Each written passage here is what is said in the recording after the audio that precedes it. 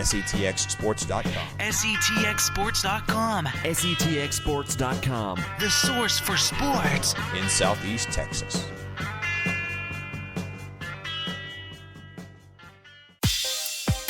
Hey, Newton Eagle fans, this is Jason Fortenberry, lead pastor at the River Church in Maryville, Louisiana. We proudly support our Newton Eagles, and as a church, we are committed to our mission to love God and love all people. If you're looking for a place to worship, come check us out any Sunday morning at 10:30 a.m. You can find our information on our Facebook page or our website at yourriverchurch.com. Go Eagles! Are you injured or sick? Visit Family Healthcare and take comfort in knowing that you'll receive the best possible treatment in the area. Family Healthcare's team is always here for all of your immediate and regular medical needs. Family Healthcare has locations in Newton, Jasper, Kirbyville, and Woodville, and they proudly support the student athletes, coaches, and local schools competing in today's contest. Visit Family Healthcare in Newton, Jasper, Kirbyville, and Woodville, and let them serve you in your time of need.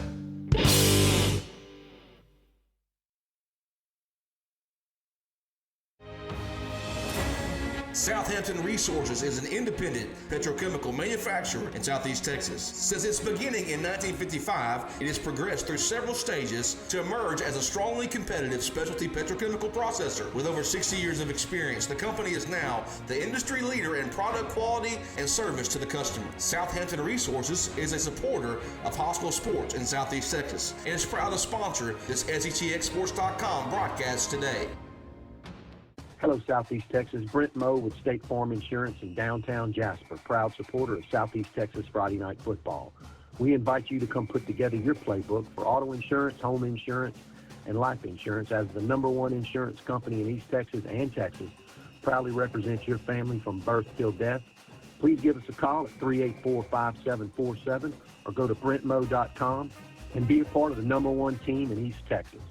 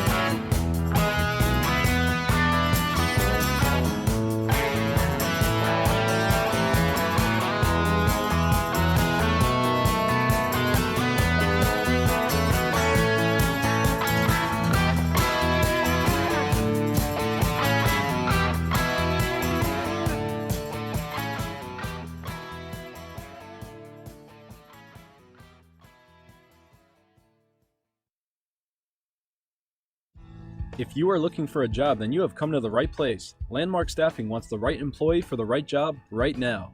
Our Total Quality Management program is a fully integrated recruiting and selection process that guarantees our clients are offered the highest quality employee available with skills that meet their needs. Call Landmark Staffing today at 409-886-7676 or visit us at landmarkstaffing.com.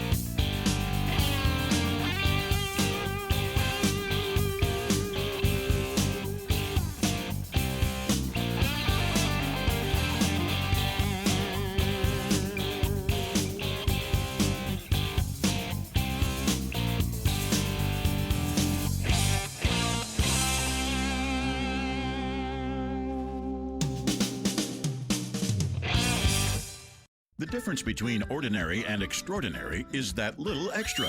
Eastex Credit Union is the extraordinary, providing convenient financial services that will organize your financials and set your mind at ease, while enriching the communities of Hardin, Jasper, and Newton counties. Stop by or visit us online and experience extraordinary with Eastex Credit Union. Buna and Kuntz locations are now open, serving Evadale, Silsbee, Buna, Kirbyville, and Kuntz.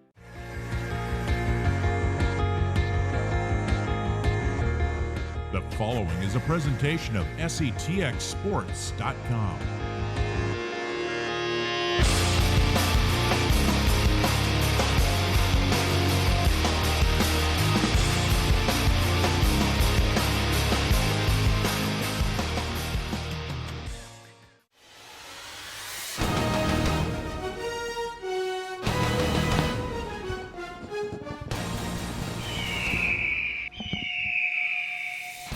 Hey, welcome to SFA, Stephen F. Austin's Hunter Bryce Stadium for tonight's big matchup between Newton and Daingerfield. This is the regional semifinals of the Class 3A Division II state playoffs, and the Newton Eagles are here to play against the Daingerfield Tigers in a familiar matchup here at SFA. These two teams first met at this field back in 1998 for the 1998 state championship game, and Jace Roden is here with me tonight, and he might be familiar with that game too.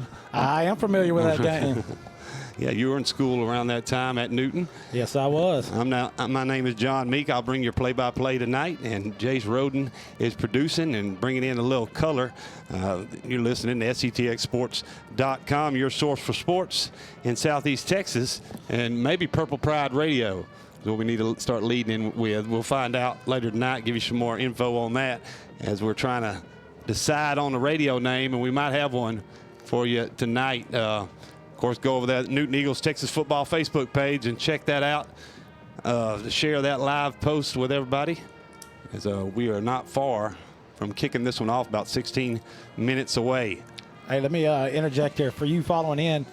So we've already had some games played today. Have you aware of that? Yeah, I was looking at the scores on the way. I posted some. Yep. We got Gunner in at 4. They're predicted to win state by Dave Campbell. We've actually got a vote on that also. We're one of the ones predicted to win state. Gunner being the opposite team. They beat Palmer 40-6 right now. And then Rusk lost to Harmony 35-38. And then Wall beat out Idalou 30-0. And so you got Bells and Holiday, with Holiday taking the win at 17-14, and then Canadian just run off on Spearman 63-14. And the only other game that's playing right now is Tidehaven and Wallace Brazos, and Tidehaven seems to have that one locked up 41-0. When does that Poth game? Do you know? The Poth game is actually coming up. It does not say. Let me see if I can. I think that was the only one left. Yeah, that's probably going to be. Looks like it'll be played tomorrow or tonight, maybe. So I'll know here shortly whenever we get some score updates on that. All right. So. Well, we're only about 15 minutes away from kicking this one off. It's the regional semifinals here, where these two teams have met several times before. 3-2. Daingerfield leads the series all time. That's what Channel 12 told me, this morning. I thought it was 3-3, but they said it's 3-2 Daingerfield. So wow, I'll have to do some more research on, and some fans can chime in on the Facebook page and let me know what they think about that. I figured they'd be a little slanted toward the Eagles since we are a local town. Yeah, but they might be right on that. I can't say for sure. Daingerfield, we've met them 98. We met them in 2008 and 2009. I'm looking it up right now. Google is my friend. You can find out real quick for us. But hey, let's talk about Daingerfield and how they have gotten to this point. They're 10-2 on the season. They took on Gladwater week 1, won 14-13. Tatum took them out 48-35 in week 2, but then took 2 losses to Timpson and then Center in some high-scoring games, 54-28 and 65-44. Center over Daingerfield, and then they got into district. Hughes Springs they beat 56-6, and of course Newton faced Hughes Springs, beat them by a similar score in week 1 of the playoffs. New Diana 73-6 over them, 54-6 over Legion Fields, 48-12 over Queen City. Then they took on Wascom, beat them 32-14. Took out Harmony 48-21, and then got in the playoffs. First round they faced Anderson Shiro 41-6 over the Shiro Owls there, and then took DeKalb on and beat them 29-22, and that's how they are here in the 3rd round to face the Newton Eagles. So they've put up a lot of points in district, just like the Eagles. We'll see how this one turns out tonight, as we're about 10 minutes away from this one kicking off. So I've been trying to look it up on Facebook, and I cannot find anything on the game, versus each other. So I guess we'll just have to go off what channel tells sells us, because it is the media outlet. Some fan will chime in later and let me know if it's wrong or right. Newton, of course, coming in this one 11-1. Took out New Boston 65-8 and Hugh Springs 58-0 in the first 2 rounds of the playoffs. Not facing any competition yet. And not really facing much competition, Jace, since the West Orange game, in which they won 24-21. Outscored their opponents by a heavy margin there on out in district, and have faced no competition. This will be the best competition the Eagles have faced since Daingerfield, since West Orange start. But we are watching the players warm up out on the field. The Eagles were out there earlier doing their counts and stretches. If you ever heard it, it's pretty intimidating. They kind of circle up and they just count to 20 stretching, and it's very intense and sounding. They were getting me kind of hyped up here when I was listening on that crowd mic. And I hope the crowd mic's pretty good for y'all tonight, because man, my mic doesn't sound very good. Is that just me, or is that my? It doesn't sound too bad. Ah, there it is. I didn't have it turned up.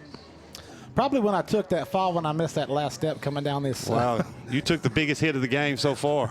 Yeah, I've even got the turf scars to prove it. Yeah, like you laying out for a ball and got took out by the safety. Oh yeah. It was a pretty fall though. You protected all the critical areas. That's right. I thought the soundboard and the computer and everything was going with me, so I did everything I could and told John, don't worry about me, protect the equipment. Well, I seen you reach up at the last moment, away from protecting your head, and he was like, soundboard up. So that's a nice soundboard there.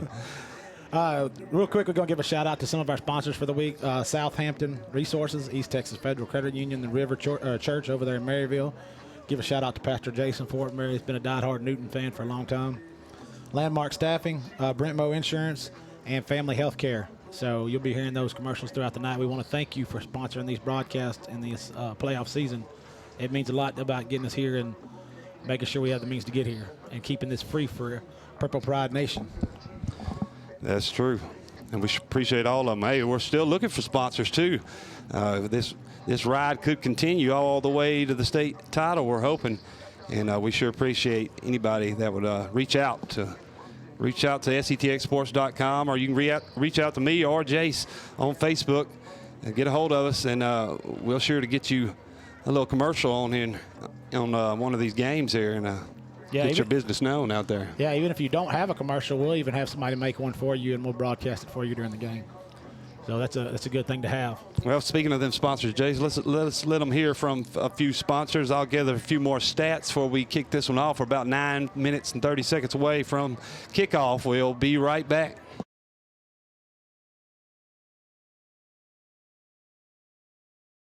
Visit Family Healthcare and take comfort in knowing that you'll receive the best possible treatment in the area. Family Healthcare's team is always here for all of your immediate and regular medical needs. Family Healthcare has locations in Newton, Jasper, Kirbyville, and Woodville, and they proudly support the student athletes, coaches, and local schools competing in today's contest. Visit Family Healthcare in Newton, Jasper, Kirbyville, and Woodville, and let them serve you in your time of need.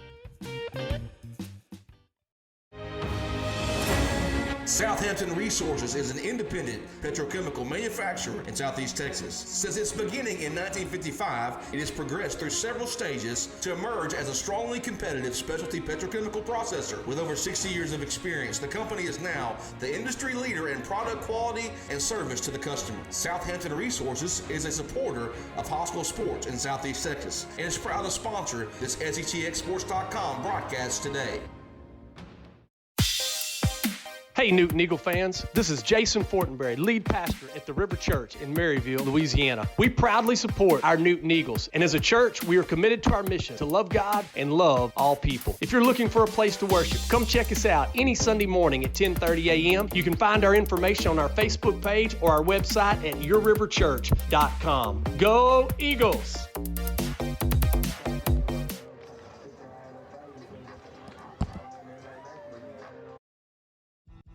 If you are looking for a job, then you have come to the right place. Landmark Staffing wants the right employee for the right job right now.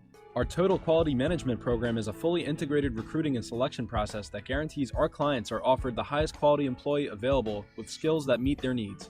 Call Landmark Staffing today at 409-886-7676 or visit us at landmarkstaffing.com. Hello, Southeast Texas. Brent Moe with State Farm Insurance in downtown Jasper, proud supporter of Southeast Texas Friday Night Football.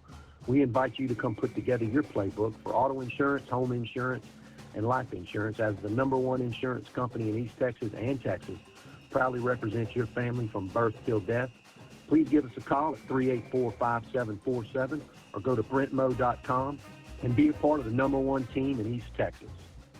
The difference between ordinary and extraordinary is that little extra.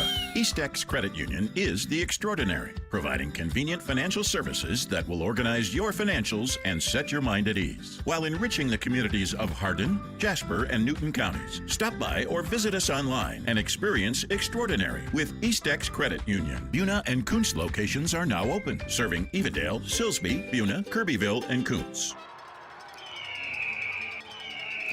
Welcome back, folks, here to Bryce Homer Stadium at SFA in Nacogdoches, Texas. We currently have 6 minutes and 28 seconds before the start of the game. It's 57 degrees, and they're calling it cloudy, but it's expected to rain later tonight. So looking good tonight. And what you heard just now was the Eagle War Cry, and you're hearing your Daingerfield Wildcats run out on the field. So they're getting started, and I'm going to send it over to John here shortly. He's looking up some stats for the game. You ready to go, man? Let's see what we got here. Yeah, they coming out on the field here. We're getting ready. We're not far away. 5 minutes and 55 seconds. Give you some quick rundown stats on the Newton Eagles. Some of the stat guys that are leading the way. Malik Woods, the quarterback, he has 1,651 yards passing. He has 81 for 125, and there's the Eagle War Cries. The Eagles come out on the field. It took Jason a minute to get my attention what was going on, but there they go. Eagles are running out on the field, along with you heard the Eagle scream there. That sounds really good, Jason. Appreciate you capturing that Eagle for us. As the Newton Eagles are down there getting ready for this one, we'll take a knee and take a quick prayer, but let's give you some more stats. Malik 81 for 125. See if I can calculate that. 64% completion rating for Mr. Woods. He has 23 TDs and 2 interceptions. The leading rusher for the Newton Eagles has 718 yards rushing. And yeah, I know that's light. They spread it out. 718 yards rushing at this point is kind of rare for a Newton Eagle team. That's on 80 carries for Mr. Leighton Foster with 9 TDs. Raylan Adams, your leading receiver. He has 33 catches for 531 yards and 9 TDs. Raylan also plays free safety. Raylan with, I believe he has 8 interceptions on his career. And having a hard time finding that on the sheet there. But he has, I believe, 6 picks on the season, maybe 5. I'll give him 5 on the season. Hanks leading the way on defense. 115 tackles for Jamarian Hanks, 6 sacks, 2 forced fumbles. Second leading receiver, though, going back to offense there, Weston Gibson, 498 yards and 7 TDs. So Newton has 2 receivers with half 1,000 yards. And both of them, one with 9 TDs. That's Raylan Adams, and Gibson with 7. Leighton Foster right behind Hanks on defense, though, with 111 tackles. We're going to get a national anthem right quick. We'll listen in.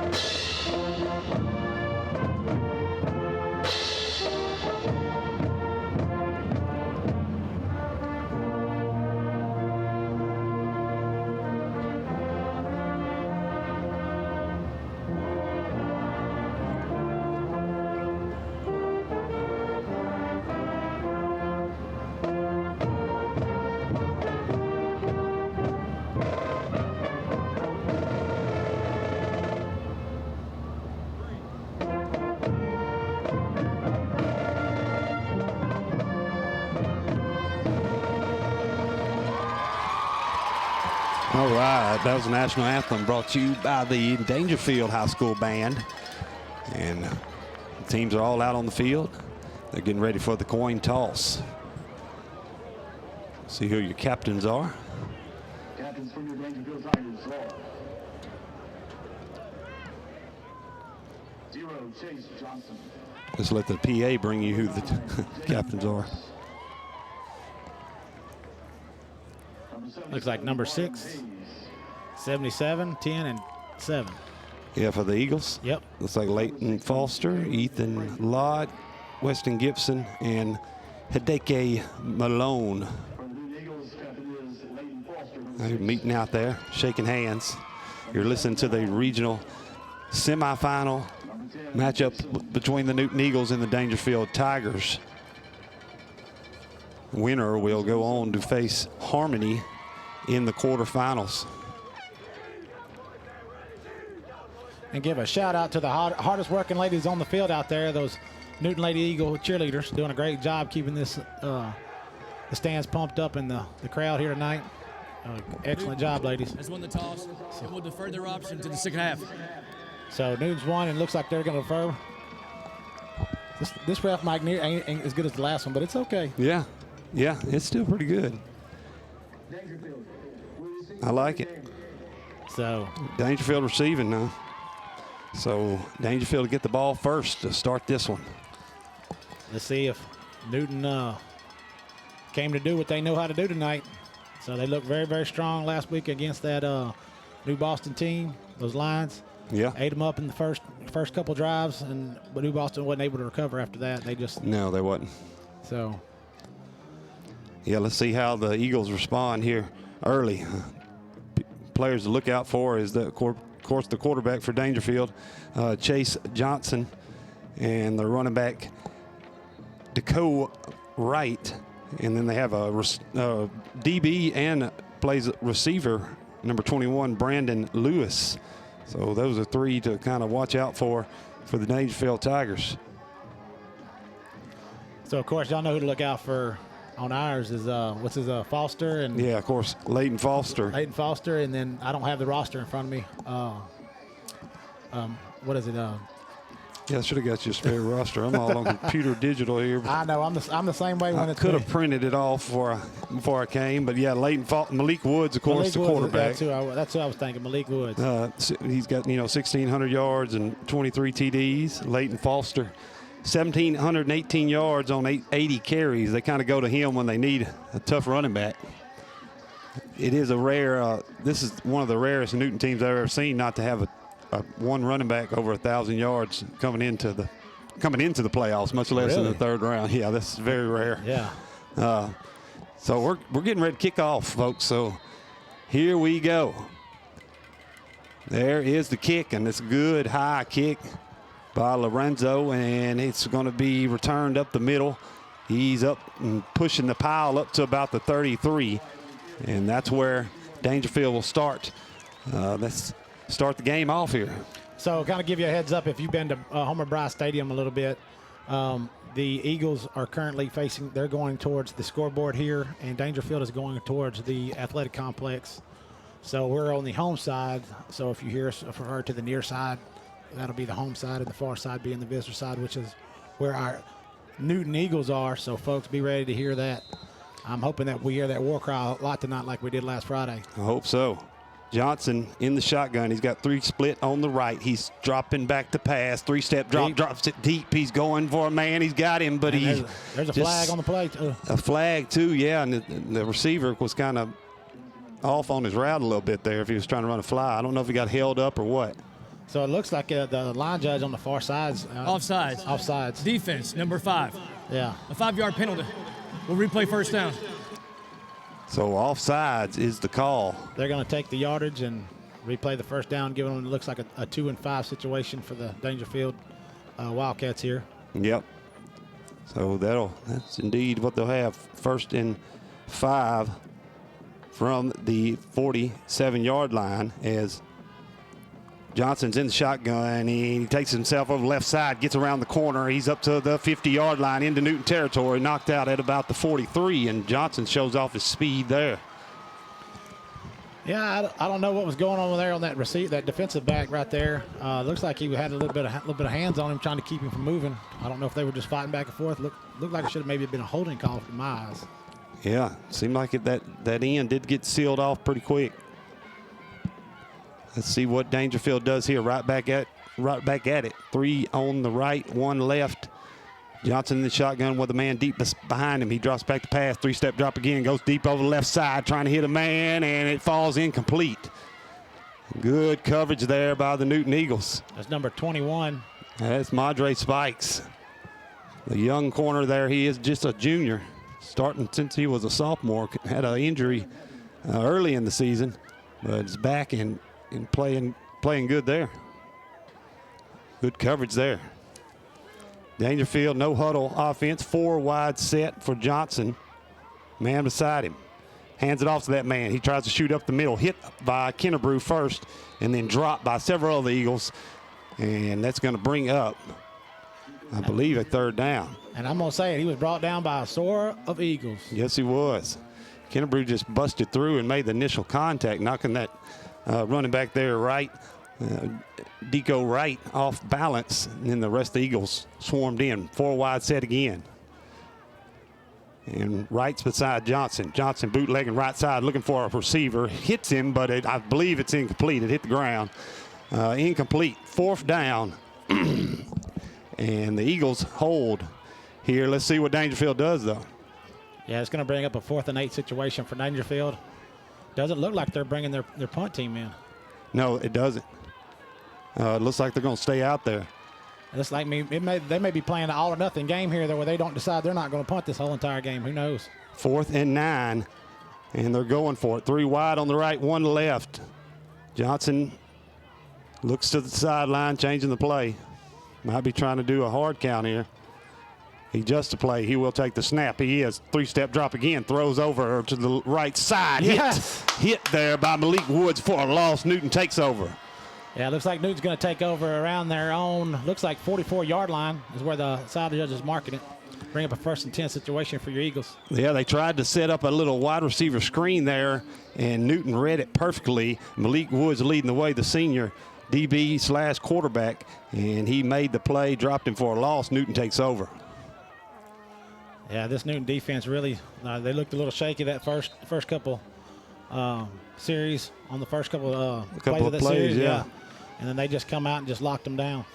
Here we go, 1st and 10, Newton from the 44, and hit at the line, but pushing forward.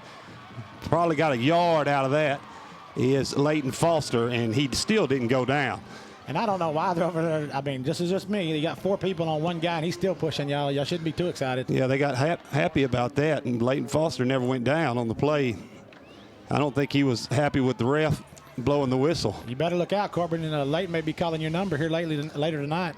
Yeah, Leighton, of course, the All-State preseason All-State selection, Willie Ray Smith, the winner on defense. And here is Malik Woods throwing it over Raylan. Oh, he's got Raylan's room. dangerous. Adams is inside. He's dancing, getting some moves inside the Daingerfield territory at the 43. And good little play there. He can be a dangerous receiver, Raylan Adams, the junior. And that'll be an Eagle first down, folks. 1st and 10, Newton. It looks like they're starting off on the Daingerfield 43-yard line. Yeah, right at the 43, 1st and 10. We're 9:57 and counting here in the first quarter, 0-0. This is Newton's first offensive possession, and they've moved the ball into Daingerfield territory. So right now, Potha's up 7-0. Here's Leighton Foster, but he loses the ball. I don't know what they'll say he's down. It might be Daingerfield ball. I think he might have lost it before he hit the ground. They just called it Daingerfield ball. Refs are saying Daingerfield ball, and they'll take over. Look like Foster just lost it. A helmet hit right on the ball, and it wobbled out there. It was close. I'd like to see a replay if his knee hit before it came out, but it was hard to see. Yeah, unfortunately, we don't have that the capabilities of that tonight. Not tonight. Not until they have to get all the way to Jerry World for that. Jerry World. Yeah. 40-yard line is where Daingerfield will take over. They're on 40. And I'm sure all them Dallas Cowboy fans were excited about last night. Oh, yeah, I'm sure they were. There's plenty of them. Here's Newton brings the blitz, but they run up the middle with the right, getting about 5 yards. Newton brung a blitz that was right on the snap count. Got through, but Wright took the ball right up the middle. You know, some of them I'm seeing with this Newton defense is they're putting a lot of pressure on that quarterback, trying to get him to hurry up and throw. Yeah, they are. 4 wide set for Johnson. Looks to the sideline. He's changing the play. He's got Wright behind him. Takes a snap. Hands off to Wright. Wright tries to go to the right side, but Aaron Foster gets him. He does pull him for a few yards. Looks like it's going to bring up about a 3rd and 2 situation for the Daingerfield Wildcats, putting them around their own 48-yard line. They got to get past midfield to get the first down here. Yeah, ball that's sitting on about the 48-yard line. Looks like they'll need the 50 for the first. 3rd down. Johnson and Wright on his left side. Daingerfield kind of in a tight set. The end around, fumbles the end around, and Aaron Foster, or Kennebrew rather, gets on him. And we also got a flag on this near side. We got a flag, late flag here. Late flag came from the Daingerfield sideline at about the 47 to where that flag's laying. See what the call is. Offsides. Defense, number 21. Offsides will give Daingerfield the first down on that down. 3rd down. That was a boo-boo there by Daingerfield. Tried to do a little end around, fumbled it. Would have been 4th and long, and now it turns into a 1st down for Daingerfield. Bonehead mistake there. That's all right. This is like last week. Watching them, they did a good job of recovering, even when they had a setback like this. It's from the 47, going deep is Daingerfield, trying to hit a man, but incomplete. Out-throwed his receiver there. He was intended for number 7, Rogers. Yeah, they're trying to shoot deep a lot, aren't they? Take advantage of that one-on-one man-up coverage Newton's putting out there. No safety protection either. No. They're trying to beat them. They're trying to beat them in the run, in the pass right now, trying to get outside those defensive ends and trying to make something happen. 2nd and 10. Johnson in the shotgun again with 3 on the left, 1 on the right, and Deco right behind him. And Johnson takes the snap, hands it off to Wright. Wright cuts to the left side inside, but tackled by Leighton Foster after a short gain. This is going to be, looks like it's going to be a defensive game here, going back and forth, back and forth. It does so far. 3rd and 7. This is Daingerfield's 2nd possession of the game with 8 minutes to go. It's 0-0. So real quick, Potha's still up 7-0 over Taft in the first quarter. And Todd Havens right on the right side, got a lot of room to run up for the 1st down and tackled at about the 27 in the Newton territory.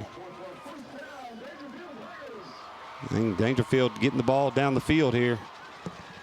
7:40 to go. It's 0-0.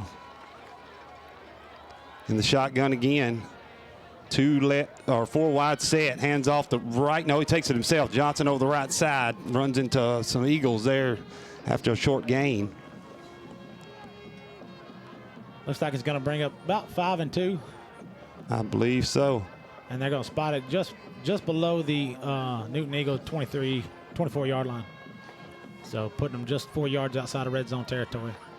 Yeah, about 4 yards. They need about 5 for the first down on 2nd and 5 here in the shotgun. Johnson looking on the left side, running to the left, bootleg, trying to hit a man on a flag route on the outside corner, but no good.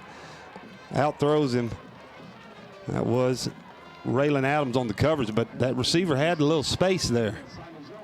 Yeah, if he wouldn't overthrow, that'd have been bad news for the Newton defense right there, because he had that defensive corner beat. Yeah, he did. Still now it's going to bring up a 3rd down and 5 for Daingerfield. Ball at the 24-yard line of Newton. So I don't know if they're going into a repetition here. It looks like they're trying to do a pass, run type deal, and then even on the 4th down, maybe pass a little bit. Here's a snap, and here Johnson tries to keep it over the right side, breaks a tackle, and then tackled a little bit short of the first down. He got about 3 or maybe 4 yards. Yeah, where they mark it, yeah. Yeah, it looks like it's going to be about a 4th and 3 situation for the Wildcats. Yeah, 4th and 3. The ball sitting on just outside the 20-yard line. So see if the Newton Eagles can try to hold them here on this 4th down. So it looks like the Eagles are going to a man-to-man coverage. Yeah, they are. Am I seeing here? Yeah, they're back in that man-to-man. No safety over the top. And Newton takes time out. So we'll be right back, folks. Newton, back. They're first of the half.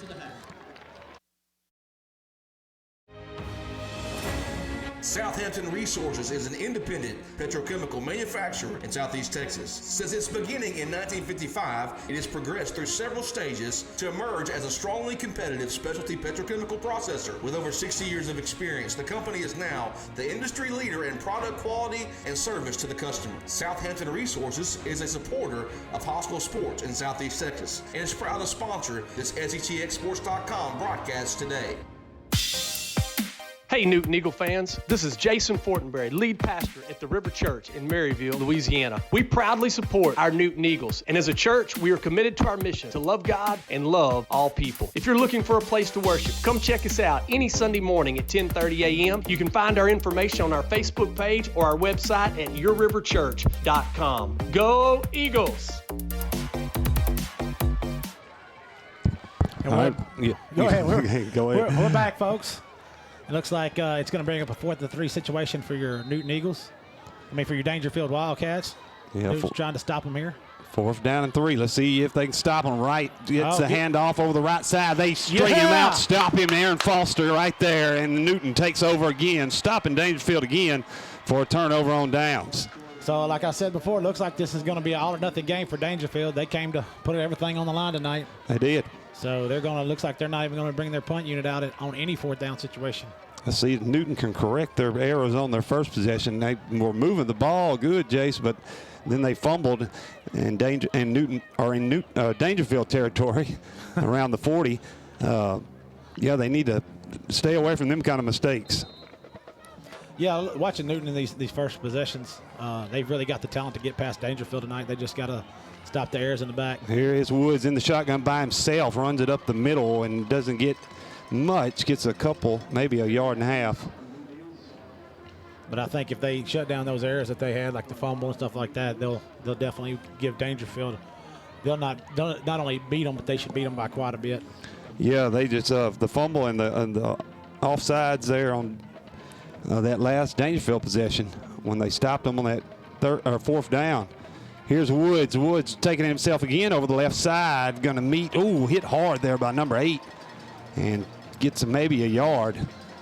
Big hit there by, well, he's not on their roster there, but made a big hit.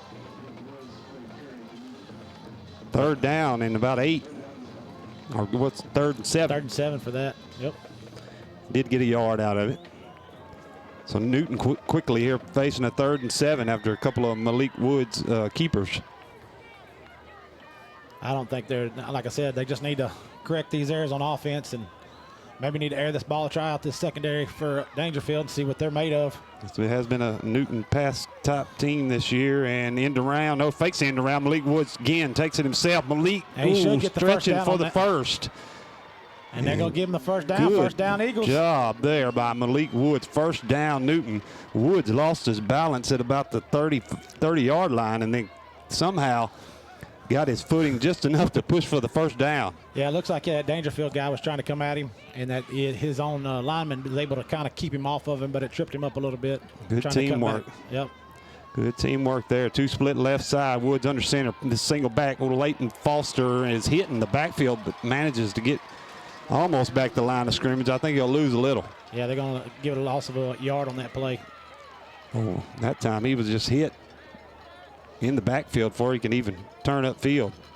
Yeah, Daingerfield read that shift really well and was able to see what was going on. Yeah, it looked like a defensive lineman came through and hit one of the pulling linemen, knocked him off guard, and then got on Leighton Foster as well. Two split left side. Woods pitching again. Leighton Foster now on the left side. Leighton Foster busts through the hole, busts some tackles, throws some guys off, and pushes all the way in to about the 45. What a run. He got hit at the 45 of Newton territory and then pushed and pulled his way all the way into Daingerfield territory to the 46. Yeah, he broke about 3 tackles and drug about 4 defenders with him on that drive after the 45-yard line. So tough little cat right there. I mean, he does come from the Foster lineage. You know, looking at Corbin, and his dad Joe was a force to be reckoned with back in the day. Yeah, Darwin Barlow must have gave him some tips over the offseason. As Newton's back at it, two split wide right. Woods in the shotgun, fumbles the snap, but he's still looking to throw. Good patience by Woods, looking for somebody to find. Throws it, and incomplete, trying to hit we got a flag on the Raylan field. Adams on the outside, and then there's a flag. So it looked like number 60. Yeah, we had some extracurricular going on. Yeah, number 60 kept trying to push down number 72. I don't know who they're going to call it on. 60 clapped. So let's see what the ref says. Holding. Offense, number 72. 10-yard penalty. We'll replay first down. Like I said, they got they got to correct all these errors going on. They had a fumble on the snap, and now they've got this this holding call, and they got to clean this up. They want to beat this Daingerfield team. They got to play really, really clean. Yeah, they do. That's 2 penalties on the Eagles so far. Daingerfield stayed out of the penalties. 3:24 to go in the first quarter. It's 0-0. And this is Newton's second possession of the game. They got down here, or actually they got into Daingerfield territory, the 40, their last possession. Here is a pass again. Raylan Adams, wide receiver screen, trying to make something happen, but Daingerfield's all over it, and it will be a loss. And so we got a flag on the play again. Another flag down. See what they call this. Hopefully this is not another penalty against the Eagles. I've seen one lineman stick his hands up for the Newton Eagles. That's never a good sign. After the play, unsportsmanlike conduct, number 77 of the offense. Be a 15-yard penalty. So another penalty on the Eagles. Correction. It'll be second down. This time 15-yard unsportsmanlike penalty. Check. That'll be 3 penalties against the Eagles here early in the first quarter with about 3:16 to go. So that's going to put up about a 2nd and 40 situation for the Eagles here. Yeah, it is. They got it marked as a 2nd and 38. Wow. So Eagles pushed back deep in their own territory after 2 penalties. And here's Woods taking it himself over the left side. Woods trying to get some room and gets tackled at about the 35. Pretty good gain there for Woods, but still a lot of ground to make up. I think they're doing a good solid here, Rob, going to the run game, trying to get them outside of this Tiger territory. Here's Woods looking to throw deep now, going deep, going to Gibson, deep. Gibson makes the catch. Gibson makes the catch at the 31. First down, Newton into Daingerfield territory. What a catch there by Gibson, getting up in the air there and bringing that one down over defender. That'll be first down, Eagles. But we're going to go to a quick commercial break. We got a player down on the field. Yeah, we'll be right back. If you are looking for a job, then you have come to the right place. Landmark Staffing wants the right employee for the right job right now. Our Total Quality Management program is a fully integrated recruiting and selection process that guarantees our clients are offered the highest quality employee available with skills that meet their needs. Call Landmark Staffing today at 409-886-7676 or visit us at landmarkstaffing.com. Are you injured or sick? Visit Family Healthcare and take comfort in knowing that you will receive the best possible treatment in the area. Family Healthcare's team is always here for all of your immediate and regular medical needs. Family Healthcare has locations in Newton, Jasper, Kirbyville, and Woodville, and they proudly support the student athletes, coaches, and local schools competing in today's contest. Visit Family Healthcare in Newton, Jasper, Kirbyville, and Woodville, and let them serve you in your time of need. All right, we are back. Getting that players getting off the field there, and Newton just picked up a huge first down in a Woods to Gibson connection that pulled them out of a third and about 28. Got them all the way down to the 31-yard line. Gibson just getting vertical there and getting over the defender, making that catch. Big play there for Newton after committing 25 yards in penalties those last two plays. The Woods-Gibson connection gets them out of a bind there. 1st and 10, Newton from the Daingerfield 31-yard line. And two wide right, one left for Woods. But he pitches to Leighton Foster, and Leighton pushes forward for about a 3-yard gain there on first down. Yeah, I want to give a shout out to that player that went down. He was able to get up on his own accord and helped off by the coaches. We'll be saying a prayer for you, young man. Yeah, hope that he'll be able to return. We hope. We'll keep an eye out. 2:05 to go in the first quarter. 0-0. Newton's making some moves here. So it's going to bring up a 2nd and 7 situation for your Newton Eagles. 2nd and 7 from the 28 this time, and a pitch rather to Leighton Foster. Gets back the line of scrimmage there. Good play by the Daingerfield defense to shut that hole off. Yeah, it's still showing 57 and cloudy, folks, here at a beautiful SFA stadium here in Nacogdoches.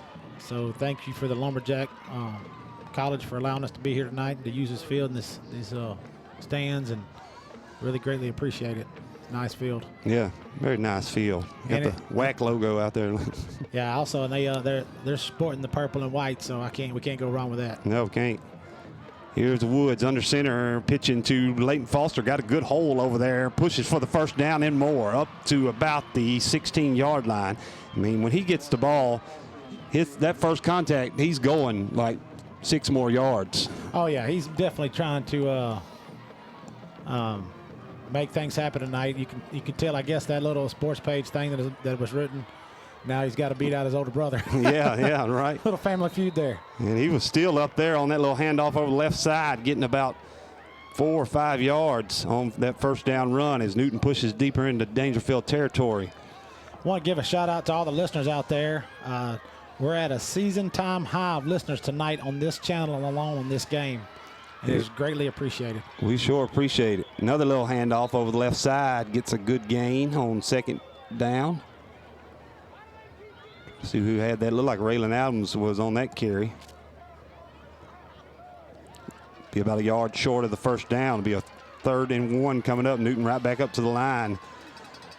They're in the wing right, split backs. Woods is under center. Woods looking over the defense. Takes a snap, hands off to Leighton Foster. Leighton Foster pushing forward. He will not be denied. No, they can't even tackle him. Touchdown, Newton. Touchdown, Eagles. And get in there with 6 seconds left in the first quarter. Newton puts the first points on the board. 6-0 as they line up for 2. Split back sets again. Here's a pitch over the left side, in for 2, and Newton 8, Daingerfield 0 here at SFA. We'll be right back. Quick word. Hello, Southeast Texas. Brent Moe with State Farm Insurance in downtown Jasper, proud supporter of Southeast Texas Friday Night Football. We invite you to come put together your playbook for auto insurance, home insurance, and life insurance. As the #1 insurance company in East Texas and Texas, proudly represents your family from birth till death. Please give us a call at 384-5747 or go to brentmo.com. and be a part of the #1 team in East Texas.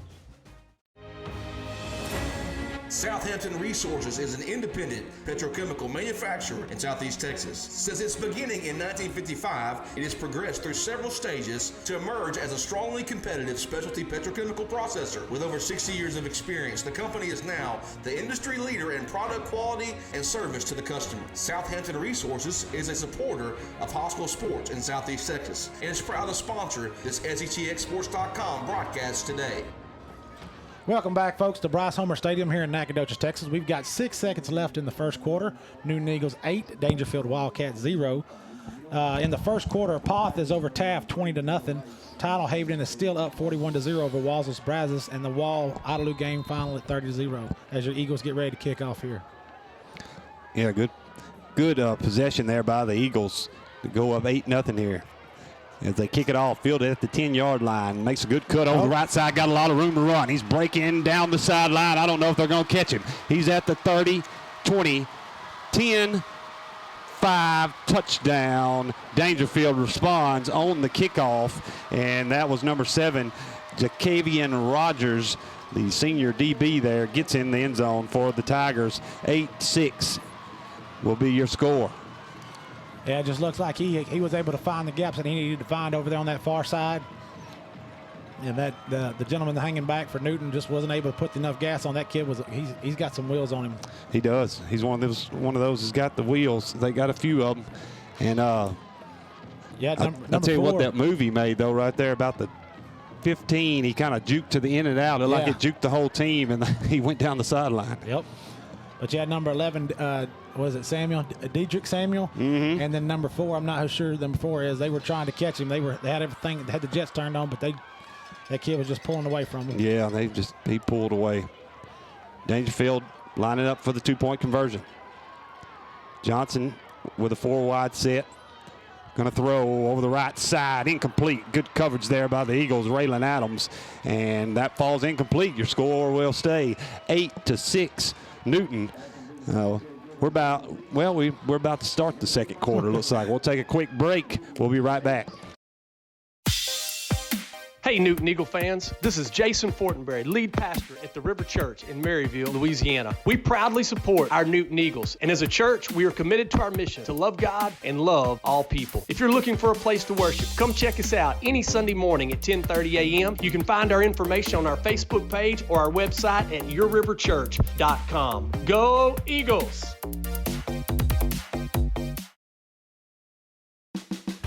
Are you injured or sick? Visit Family Healthcare and take comfort in knowing that you'll receive the best possible treatment in the area. Family Healthcare's team is always here for all of your immediate and regular medical needs. Family Healthcare has locations in Newton, Jasper, Kirbyville, and Woodville, and they proudly support the student athletes, coaches, and local schools competing in today's contest. Visit Family Healthcare in Newton, Jasper, Kirbyville, and Woodville, and let them serve you in your time of need.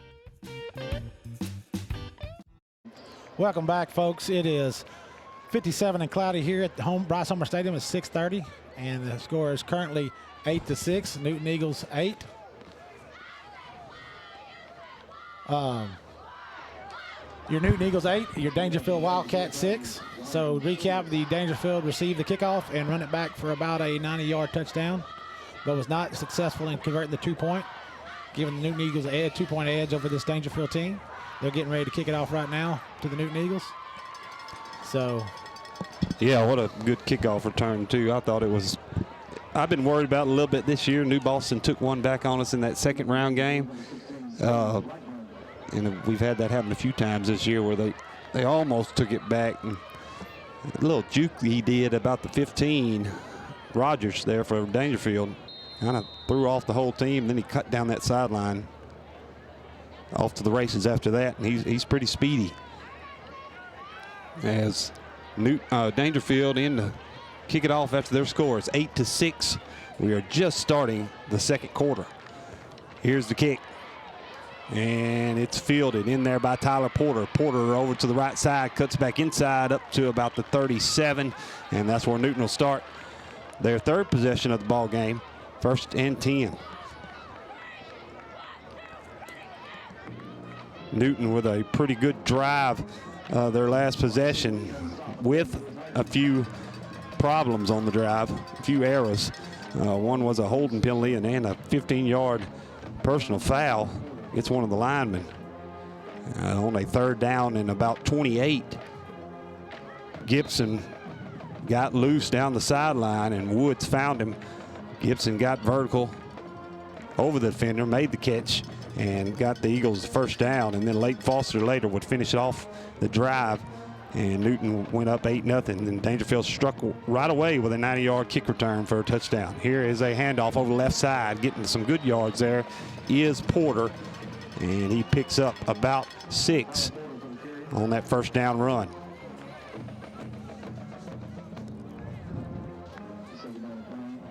And Newton will be now facing a 2nd and 5.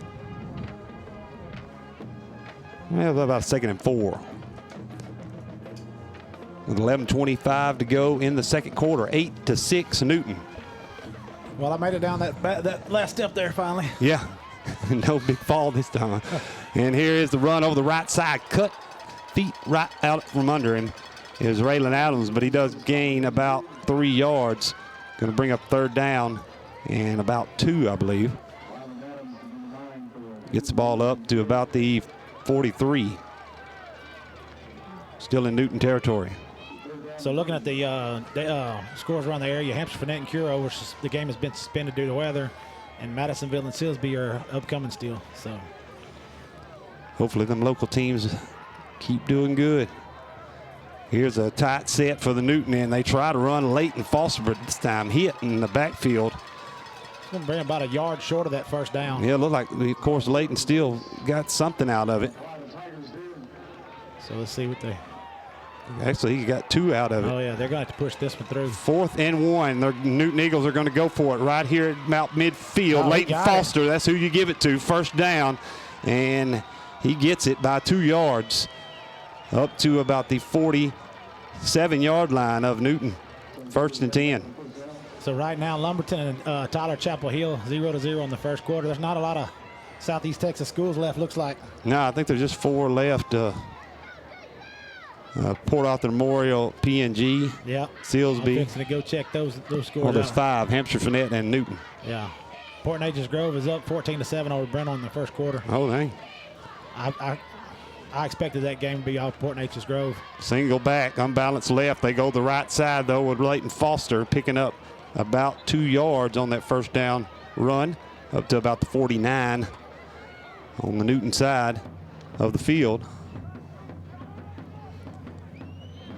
Got about 9:35 to go in the second quarter. It's 8-6 Newton right now. And Newton facing about a 2nd and 8 from their own 49.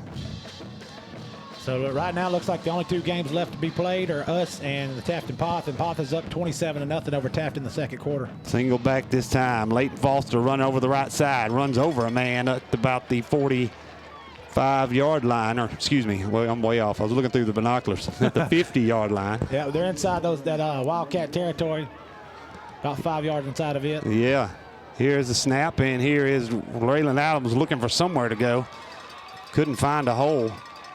I think it's going to be tight. That far side line judge is saying they got it. Yeah, let's see where they mark it. It's really close to the first down. Ball right at the 49-yard line of Daingerfield territory. So it looks like they're going to call it 4th and inches. Yeah, it is a 4th and inches. Possibly everybody in the stadium knows could be getting the ball here. We'll see who indeed gets it on this 4th and 1. Split back set again. And who other to give it Leighton Foster. Leighton Foster first down. Foster getting it by 2 yards there when he runs over the right side and takes several Daingerfield Tigers with him for the first down. Leighton Foster just got some burning in him tonight. He wants to prove something, I guess. Oh, man, he was like that in Jasper and West Orange games. Really?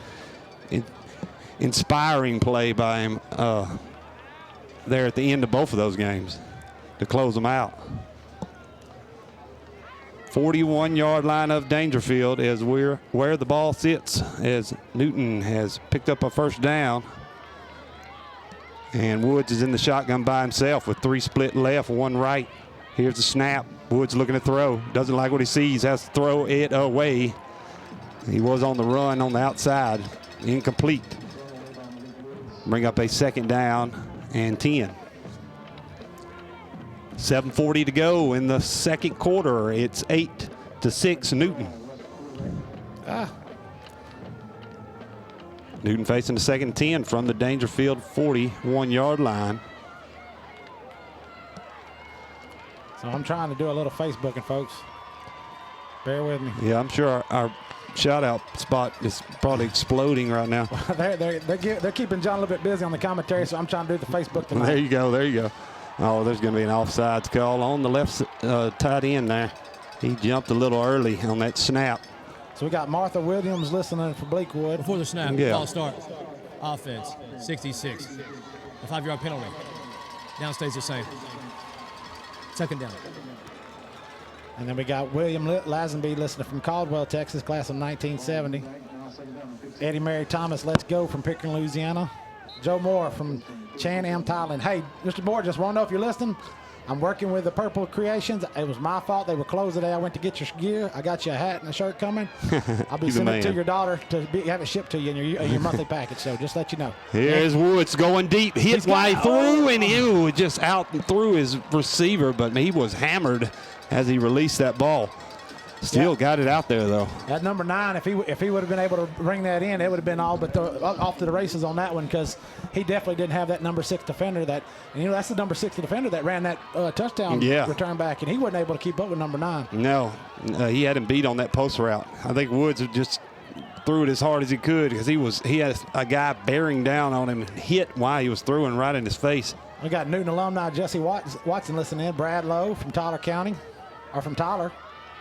Woods again looking to throw again out of 3-step drop. He pocket collapses. He has to step up. Now he's running the right side, tries to throw and falls incomplete. Threw it pretty much out of bounds there. So this is going to bring up a fourth and looks like 4th and 16 for your Wildcats. This is the first time they've been in this situation tonight. Yeah, so Newton facing a 4th and 15, or could be 16 here. It's 4th and 15 from the 46-yard line of Daingerfield. And Teresa Deer's listening in. So we got Allison Smith Matthews from Peachtree, Texas. Curtis Perdue from Pennsylvania. Tiffany Tipton Jackson from Sealy, Texas. Andrew Burks, 2 dots, wherever that's at. Maybe he's a Black Ops side or whatever, I don't know. Area 51. Newton's going to have to punt it away here on 4th down, and indeed they do. Fielded at the 15, dropped, and now he's going backwards. And he's going backwards some more. Newton's all over him. Newton trying to get him at the 11. He got a little bit of space out of the back. And there get a late flag there. I don't know what that's going to be, but there's 2 or 3 of them flying. Michael Jarrett with Newport, Tennessee. See what the call is here while we're reading out a few shout-outs over there. Man, we're getting a lot of spam on our page. Oh, they're good at that. Sorry about that, folks. I'll go through there and delete them here in a minute. Sherry Smith Wendell from Fort Worth, class of 94. Eddie Marie Thomas. Personal foul. Blindside block during the return against Daingerfield. Be half the distance from the spot of the foul. That'll knock Daingerfield back deeper in their own territory there. And see, that was that new deal I was telling you about, the blindside block that's coming in this year. Yeah, no blindside blocking. Yeah. If you hear all of them here, it's definitely going to be a penalty. So they're going to put them on the 6-yard line. 1st and 10 for the Wildcats. Jason Gully from Houston, Texas.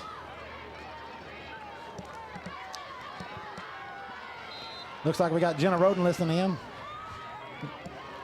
Kayla Smith from Falwell. Here's a handoff to right. It finds a hole over the right side. Good gain by Wright up to the 20-yard line. Looks like he's brought down by number 4. Who's that? That was Blade Co. Blade Co. Yeah. First down, Daingerfield, excuse me. Daingerfield, that 4-wide set with Wright behind Johnson, and Johnson now takes it himself up the middle and then tackled there by Aaron Foster after a good gain of about 7 yards. So, folks, real quick, if you're listening in, we're trying to name the radio station. So far, the only thing we've got is Purple Pride Radio. If you have another thing that you want, otherwise we're talking about naming it that, chime in before the first half. The first half is over. We need input. Y'all shout on the shout out. Put what you think. Eagles Nation, Newton Radio, Newton Eagle Radio, Purple Pride. Whatever you want. Give us feedback, folks. We want to name this radio because we're going to need it when we go to state. There you go. So I'm predicting we're going to state. 3 split left, 1 right for Johnson. Puts a man in motion over the left side. Now he's looking to throw. He's going deep over the left side. He's got a receiver, but it's going to be picked. Picked by Raylan Adams. What a pick by Adams. Adams cut off the receiver and then just took it out the air. First down, Newton. And, man, what a pick by Raylan Adams. That'll give him another pick on his career. I think he's at 9 now on his career. That's probably 7th pick of the season. But we do have 1 player down there. Adams made an aggressive jump, man. I tell you what, I think his hips were at the guy's head, and he caught that one for an interception. Kick the tires and light the fires, Norma Smith. All right, Norma. Several Newton Eagles giving us a holler. Oh, yeah, somebody said you called us the Wildcats a while ago. No, the Daingerfield Wildcats. There's 2 different ears. I know I'm a Wildcat. They know you're a Wildcat, so they're already thinking that now. And they're like, hey, you can't be saying Wildcats. No, we're the Newton Eagles. This is Newton's radio, but we are playing the Wildcats. That's why we. The Tigers, though. Oh, is it Tigers? They're the Tigers. It was the Wildcats. Oh, my bad. That's what the problem. Okay, now they clarify. They forgive you now. I'm sorry. So we got Jolene Kerbo, Amor Nosa, Patricia Manuel, and let's see, Deb Myers. She said, "Go Big Boy Show." They know who the Eagles are. There you go. Here's Newton back at it after Raylan Adams pick. Woods taking over the right side, and Woods gets some room to run up to Daingerfield Tiger territory, just inside or just that side of the 50. Marked at the 49-yard line of Daingerfield. Woods just taking it himself there. So we got Michelle Williams, Lofton with a dot. I got Rocky White says Newton Nation is back. Our boys all the way to Jerry's World. Newton back right at it and throwing deep, trying to hit Gibson, who's back in the game, and it might have been picked. It was. Number 5 got up above Gibson and picked it off. Returns the favor. Much like that Adams pick, Gilbert just got up above the receiver and took it away. Now they take over. And this is going to be a back-and-forth defensive game, as we've seen all this first half. I told it that they're not going to give anything up easy. No, they're evidently not. Back and forth we go. As now Daingerfield will take over. Man, it's turning out to be a barn burner here at Stephen F. Austin. Well, I got to give a shout out to a certain individual from another school district that showing purple pride never dies. Greg Neese, thank you very much to shout out here on the Newton Facebook page. Oh yeah, we love Coach Neese over at the Facebook page. He's always supported it. Here is a throw and wide receiver screen over the left side. Newton's all over it. They will manage to get a couple yards out of it. Bring probably a 2nd and 8 here for Daingerfield. So, folks, if you don't hear from me, I'm going through this, trying to. I got a lot of spam going through here, so I'm trying to pick them out. Blake Gray.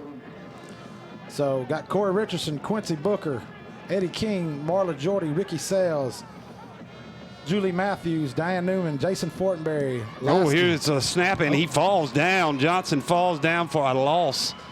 I don't know what happened there. He took the snap and just tripped on the turf monster. Might have a player down, too, here. We're going to go to a quick commercial break, folks. Yeah, we'll be right back. Southampton Resources is an independent petrochemical manufacturer in Southeast Texas. Since its beginning in 1955, it has progressed through several stages to emerge as a strongly competitive specialty petrochemical processor. With over 60 years of experience, the company is now the industry leader in product quality and service to the customer. Southampton Resources is a supporter of high school sports in Southeast Texas and is proud to sponsor this SETXSports.com broadcast today. Welcome back, folks. Looks like it's going to bring up maybe a 3rd and 11 situation for your Wascom Tiger. Daingerfield Tigers. Now you're really on. Yeah, I know. I'm finna really get on the list. Here you go. Here's Johnson looking to throw now. Johnson trying to find a receiver. Catches one on the right side. And I believe they call that incomplete. Yeah, I think he was out of bounds or bobbled it there. Yeah, no, he ended up trying to get it, and it's come out of his hands and hit the turf. And number 5 there with the Newton Eagles was able to come up and pick it up, but it wouldn't. Good, good deal there. Well, it's going to be 4th down, yeah. Now they're going to bring out their punt team. They ain't got much of a choice sitting deep in their own territory. They're deep.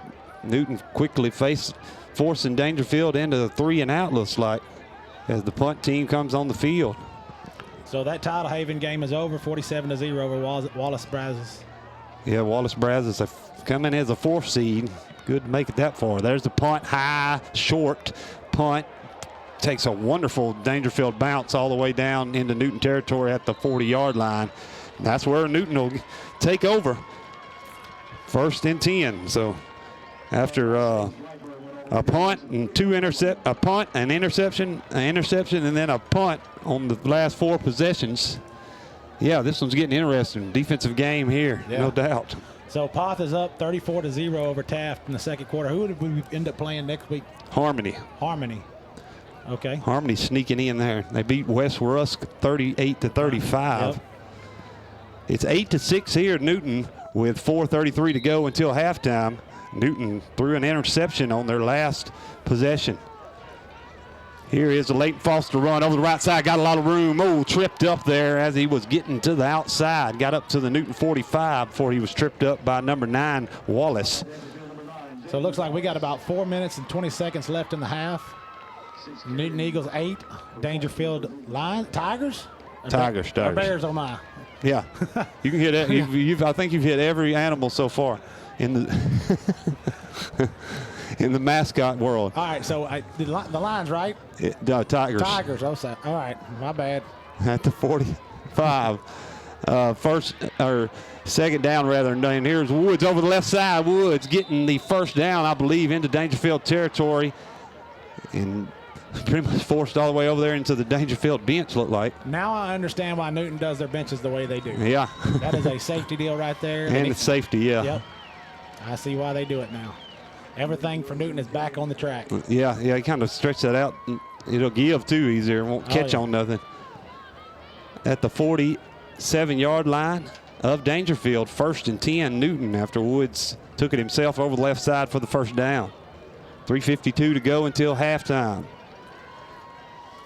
Here's Woods in the shotgun. Woods running over to the left side and gets a couple of yards.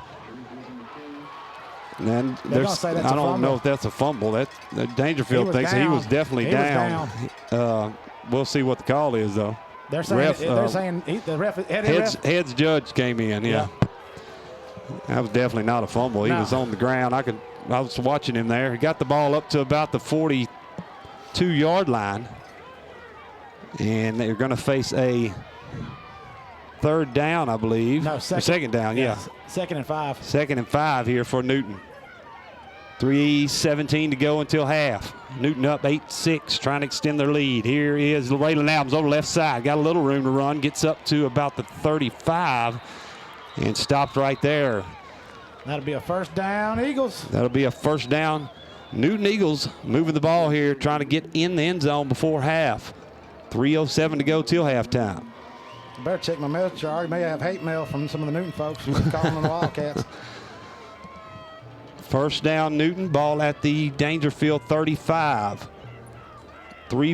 Under 3 minutes to go until halftime. Gibson and Adams out wide to the right. Woods looking to throw. Woods looking that side, trying to hit somebody. Finds Leighton Foster. Leighton trying to turn it upfield and tackled at the 40. So we got the legend Bobby Fial listening in tonight, and he said, guys, it's Homer Bryce, not Bryce Homer. Bryce Homer, yeah. I think that was me. Did he? Yeah, that was aimed at me. Said good job. Hey, I think I said Hunter Bryce when it started, and I didn't correct myself. Oh, he gave you a shot at it. Didn't he say nothing about me? Wow, Bobby. He gave me a pass on that one here. Here's Woods looking to throw. Woods trying to go deep, and he's got to receive a touchdown. Newton, what a catch. Raylan Adams makes the adjustment, catches it over his shoulder, and Eagles extend their lead here 13-6 with about 2:08 to go until halftime. There it is. That's that Eagle war cry circling this Homer Bryce Stadium here at SFA Lumberjacks. Sure is. Just made one fly right over the right side there for the touchdown. Hey, we've got a player down on the field. We're going to go to a quick commercial break, folks. Bear with us. If you are looking for a job, then you have come to the right place. Landmark Staffing wants the right employee for the right job right now. Our Total Quality Management program is a fully integrated recruiting and selection process that guarantees our clients are offered the highest quality employee available with skills that meet their needs. Call Landmark Staffing today at 409-886-7676 or visit us at landmarkstaffing.com. Hello, Southeast Texas. Brent Moe with State Farm Insurance in downtown Jasper, proud supporter of Southeast Texas Friday Night Football. We invite you to come put together your playbook for auto insurance, home insurance, and life insurance. As the #1 insurance company in East Texas and Texas, proudly represents your family from birth till death. Please give us a call at 384-5747 or go to brentmo.com and be a part of the #1 team in East Texas. Welcome back, folks. It is 2:08 left in the half. Your Newton Eagles went up 14-6 over your Daingerfield Tigers. So shout out to that young man for Daingerfield for walking off the field under his own power. Say a little prayer for you, man. Foster corner in 2 points is good, and Newton extends their lead 15-6, or it should be 16-6, shouldn't it? Yeah. Yep. Yeah, 16-6. They got it corrected there with 2:08 to go till halftime. We'll take a real quick break. We'll be right back. Are you injured or sick? Visit Family Healthcare and take comfort in knowing that you'll receive the best possible treatment in the area. Family Healthcare's team is always here for all of your immediate and regular medical needs. Family Healthcare has locations in Newton, Jasper, Kirbyville, and Woodville, and they proudly support the student athletes, coaches, and local schools competing in today's contest. Visit Family Healthcare in Newton, Jasper, Kirbyville, and Woodville, and let them serve you in your time of need. If you are looking for a job, SETXSports.com. SETXSports.com. SETXSports.com. The source for sports In Southeast Texas. Hey, welcome back. 2:08 to go till halftime. Newton up 16-6, just striking, what was that, about a 38-yard strike. Woods to Raylan Adams. Raylan Adams making a great adjustment there as he caught it over his shoulder. Had to kind of turn his body up and out, if you will, and catch that one over his shoulder. Newton up 16-6 here. 2:08 to go till halftime as we kick it off after the score. And it's going to be fielded there at the 14. He's over to the right side, cuts back to the left, but he's hit this time at about the 27-yard line. And that's where Daingerfield start. That's going to bring out looks like about a 15-yard return on that. So the last two Daingerfield possessions was, the last one ended in a punt. The one before that ended in a Raylan Adams interception. Only score Daingerfield has managed to get, that was off that 90-yard kick return by Jacavian Rogers. So PNG is up 21-7 over Brenham in the second quarter. So the Hampshire-Finette game is on delay right now, I guess because of weather. 4 wide set for Johnson. Right beside him. Johnson looks immediately right side, throws it, hits his man, and he catches it and pushes up and fumbles. But the ball goes out of bounds before a Newton Eagle can get on it. Boy, Leighton Foster or Blade CO rather, was trying to get his hands on it. They were moving fast trying to get that. That would have been a very, very crucial turnover. That would have been huge, yeah. Fumble out of bounds. You heard the ref. At the spot of the fumble. Clock will start on my ready.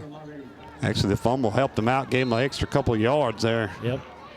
Ended up being almost a 7-yard gain. So Taft was able to get on the board with 6. Pass 34 in the second quarter. Here's Johnson immediately throwing over to the left side, really out through his man. Adams hustling out there trying to grab that. He had plenty of, man, if he was just a little bit closer. Yeah, if he would have. He was trying to run it down. He's tried that a few times. Well, you seen him last week stretching out, diving for a couple of balls and just barely missing them. He has that little bit of experience there. He thought he could get to that one. 1:42 till halftime. Newton up 16-6. Daingerfield got the ball on their own 36-yard line. And I believe we're getting a timeout here. Timeout. Newton. That is their second timeout of the first half. Hey, we'll take that timeout with them. We'll be right back. The difference between ordinary and extraordinary is that little extra. Eastex Credit Union is the extraordinary, providing convenient financial services that will organize your financials and set your mind at ease, while enriching the communities of Hardin, Jasper, and Newton counties. Stop by or visit us online and experience extraordinary with Eastex Credit Union. Buna and Kuntz locations are now open, serving Evadale, Silsbee, Buna, Kirbyville, and Kuntz.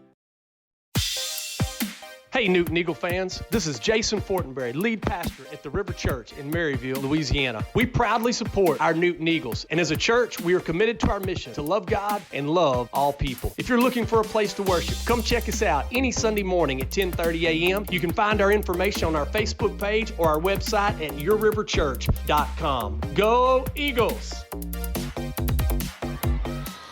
And we're back here with 1:42 left in the half. Newton Eagles 16, Daingerfield Tigers 6. Here's a quick hand off the right. Hit hard there. Hit hard by number 12 for the Newton Eagles. And that is Ethan Hudson getting in the backfield and popping that guy right when he took the handoff. That was Wright that took the handoff from Johnson. And Johnson was like, here you go, bow. That's all there was. That was a nice. And again, we're going to see, looks like they're going to bring out the punt unit here for Daingerfield because they're still deep in their territory here. Yeah, punt looks team. Like 4th and 6 for the Daingerfield Tigers. Parent punt team on the field. Punter standing on his 20. I'm just going to label on the Tigers because I've given up. Yeah.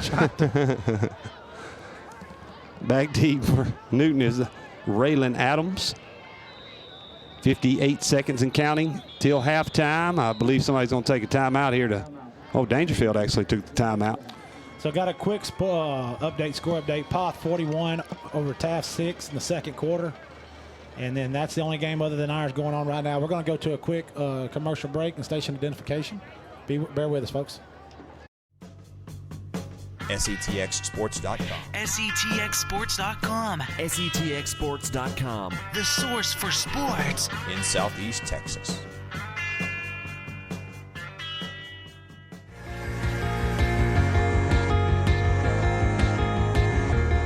The following is a presentation of SETXSports.com.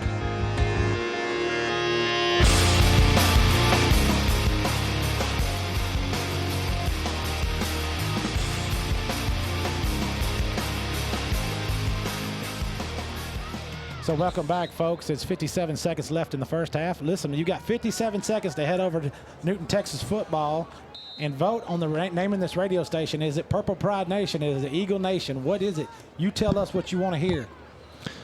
Right here is Daingerfield punting it away here. Well, that's a really good high punt, but Newton will decide to let it go. Good decision there because it takes a Newton bounce up to about the 29. And that's where Newton will take over with 46 seconds to go till halftime. They're up 16-6 right now.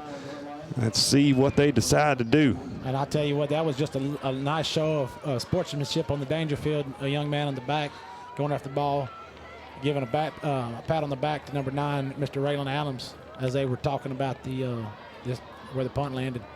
Tell you what, Raylan Adams had a heck of a game tonight. If he was the first half player of the game, if that existed, he would be definitely that tonight with an interception and a touchdown catch. So, folks, we're going to have our regular halftime show coming up. So, and then we're going to come back in a little bit early, and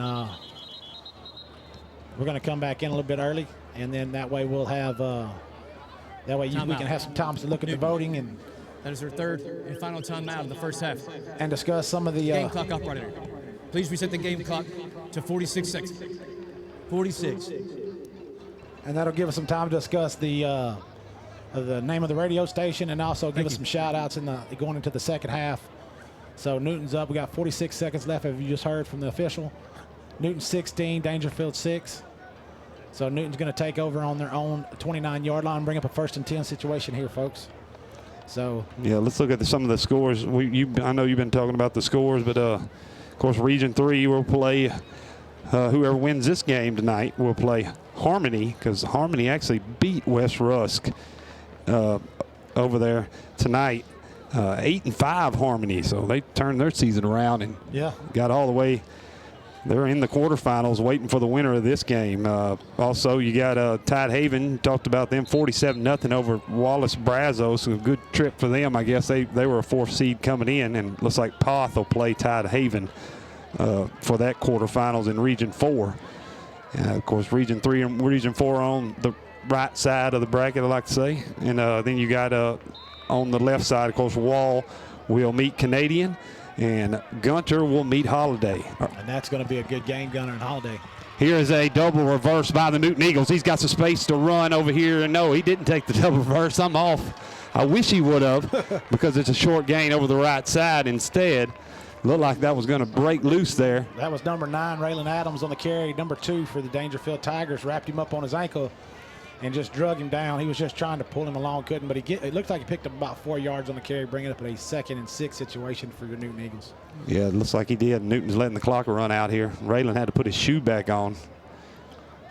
Newton's going to take it to the half with this 16-6 lead here, not risk some big play happening here late. They'll probably take a timeout, or if not, they'll take it to the half. We see the coaches leaving. I was figuring that anyways. That's the end of the first half.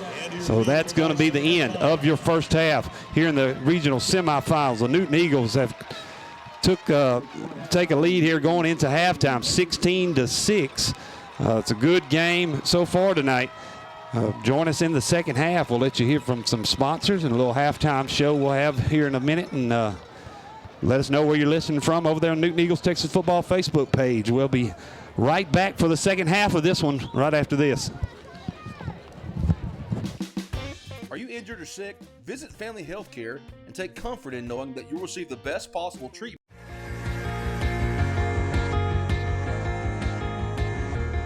The following is a presentation of SETXSports.com.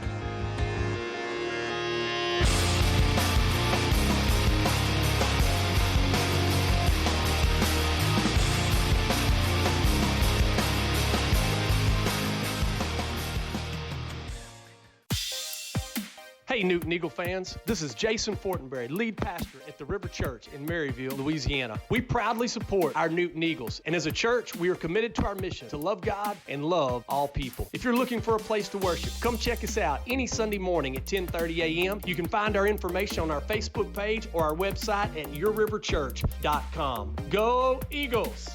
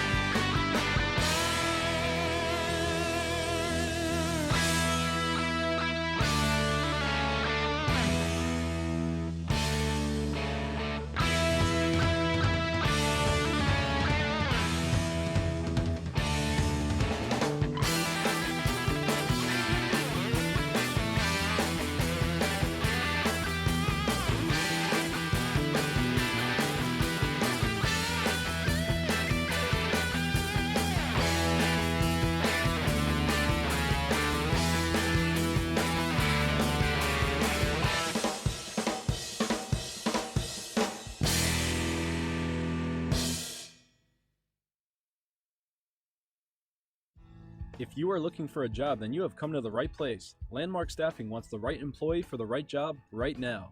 Our Total Quality Management program is a fully integrated recruiting and selection process that guarantees our clients are offered the highest quality employee available with skills that meet their needs. Call Landmark Staffing today at 409-886-7676 or visit us at landmarkstaffing.com.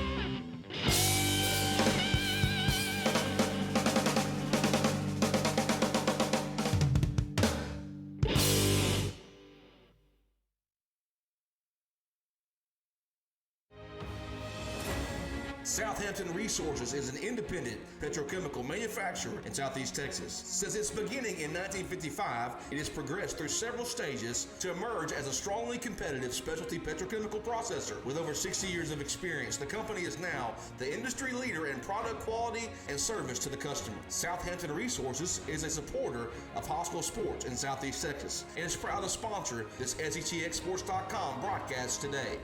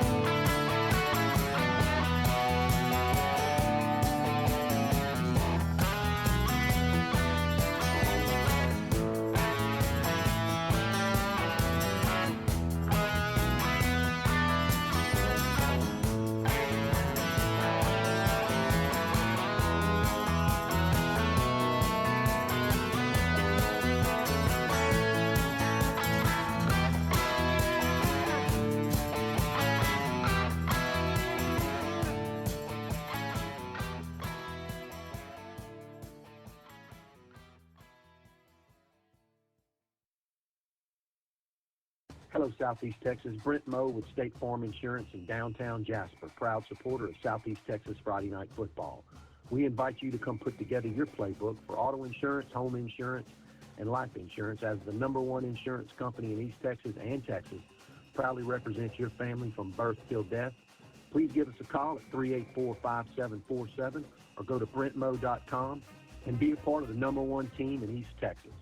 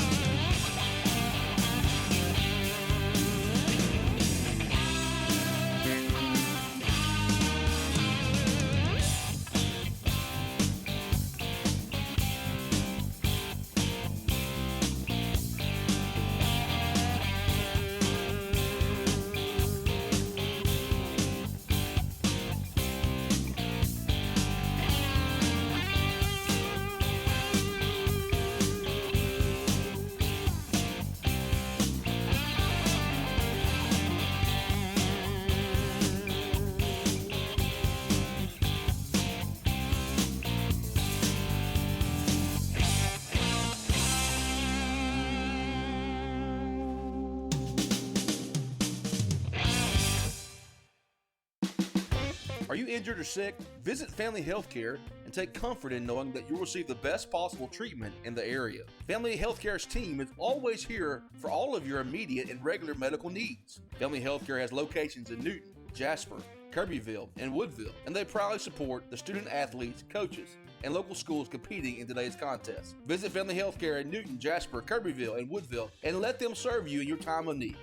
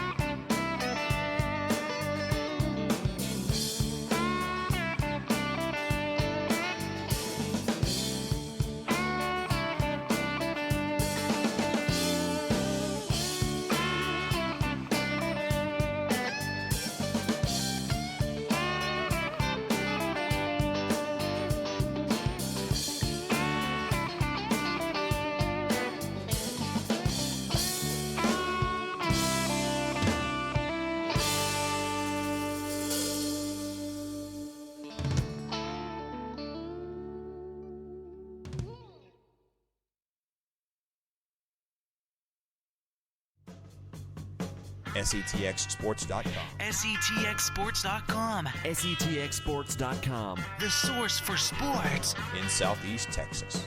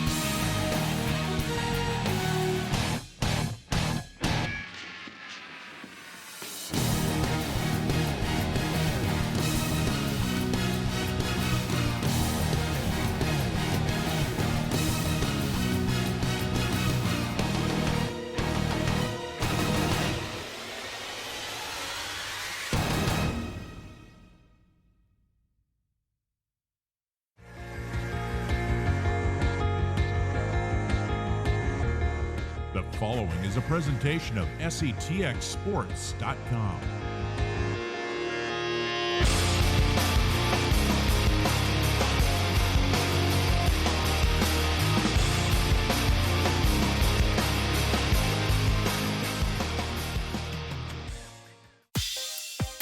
Hey, Newton Eagle fans, this is Jason Fortenberry, lead pastor at the River Church in Maryville, Louisiana. We proudly support our Newton Eagles, and as a church, we are committed to our mission to love God and love all people. If you're looking for a place to worship, come check us out any Sunday morning at 10:30 a.m. You can find our information on our Facebook page or our website at yourriverchurch.com. Go Eagles!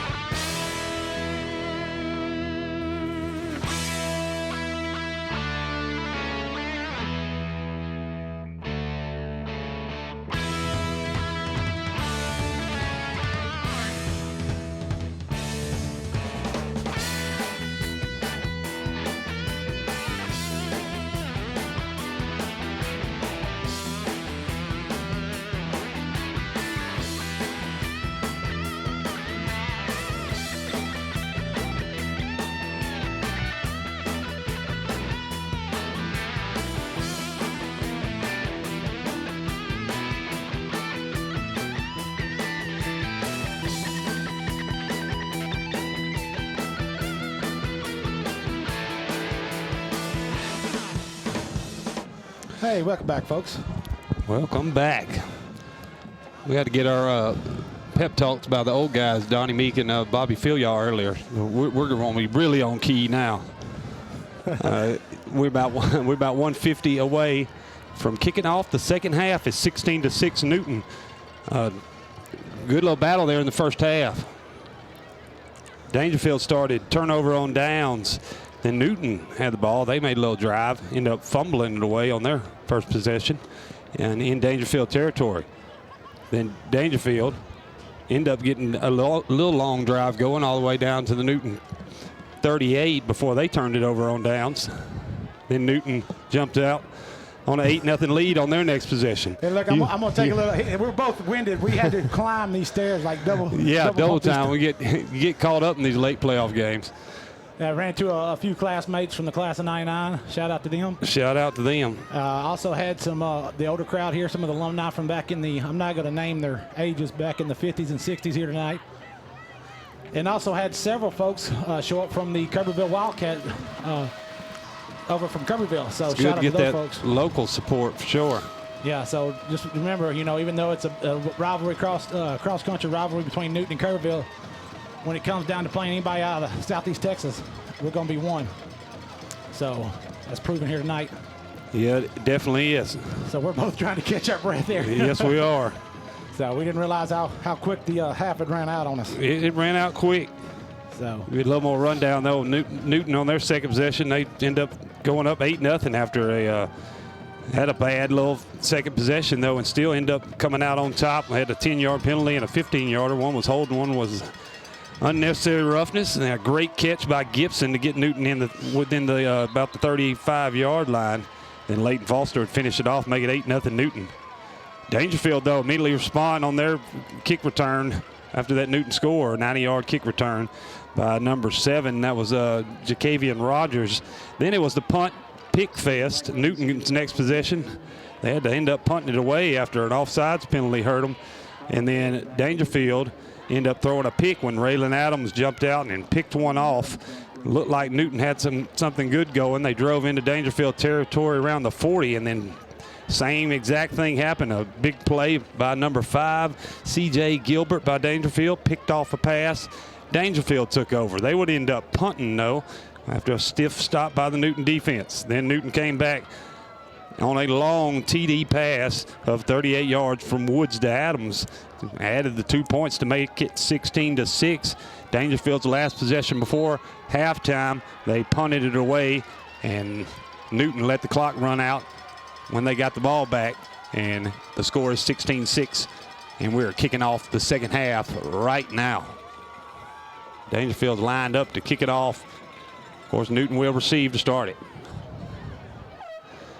Little dribbling kick, gets out of bounds. Good play by Newton there. Just watching that one go out of bounds was Madre Spikes. He knew better to touch that one. He had to have some really good patience there, because it was slowly dribbling out of bounds as Daingerfield was coming down the field. They were about 5 yards from it when it finally went out. Out of bounds against Daingerfield. Smart play by the Newton Eagles return team. Out of bounds spot. First down. So Newton will take over at the 32-yard line. They're on 32. 1st and 10. First possession of the second half. So the score right now is Newton Eagles 16, Daingerfield Tigers 6. And there's a stoppage to play here right before this first play of the second half. So we got Derek Service from Tyler, Texas, said Purple Pride Never Dies Radio. He's liking it. They're still on the lines of Purple Pride Radio. So we got Rick and Amber Fomby cheering on the boys from Buckhorn, class of 99 and 01. The Mace girls listening from Magnolia Ridge Campground, class of 76. Here's Leighton Foster over the left side, tackled after about a yard. Bring a 2nd and 9. So we got Newton Eagles Radio Rocks. And then Susie Dubose listening with her parents, Jim and Mary Ella Dubose in Bonware. Well, Newton facing a 2nd and 10. Didn't get anything on that one. 2nd and 10 from the 32 of Newton. I believe we're going to get offsides here. So it seems we got Purple Pride Radio, Newton Eagle Radio, illegal and snap then against the offense, number 72, 5-yard penalty. And then Eagle Flight Radio. I'm sorry, Eagle Flight Radio. Getting some different ones there. Oh yeah. It looked like the center moved the ball, kind of jerked it a little bit before everybody was lined up. That's the reason they got that offsides there. Joe Moore's cracking jokes over there in Thailand. Radio 7, Shades of Purple. Shades of Purple. I like that. It's clever there, Joe. 2 split wide to right. Single back here, Leighton Foster right side. Leighton trying to find somewhere to go, can't get anywhere. Stopped after about 2 yards on that carry. He's going to bring up a 3rd down and about 13 for the Newton Eagles. Ball sitting at the 29-yard line of Newton. Newton's done good converting third downs tonight. Let's see if they can keep it up here in the second half. 16-6 is your score with 10:35 to go in the 3rd quarter. Woods in the shotgun alone. Puts Leighton Foster in motion, fakes it to him, runs over left side, looking to throw, got pressure all over him, tries to hit Malone out the kind of the tight end delay there, but falls incomplete, and Newton's punt team will have to come on to the field. Yeah, this is not a good way to start off this second half, especially as close of a game as it is, 16-6. Yes, Daingerfield can respond quick, as we all know. So we got Curtis Davis, Denver, Colorado. Oh, Curtis. So Marietta Thomas from Pickering, Louisiana. Hudson in the punt for the Eagles. Oh, barely got that one off. Had a guy right in his face, but got a good one off. Oh, guy kind of muffs it a little bit. Now he fields it at the 34, and he's making a guy miss, get some more room, and then hit hard there by number 18. Puts a lick on him. That boy knocked him off his feet there. Jalen Couch with the big hit.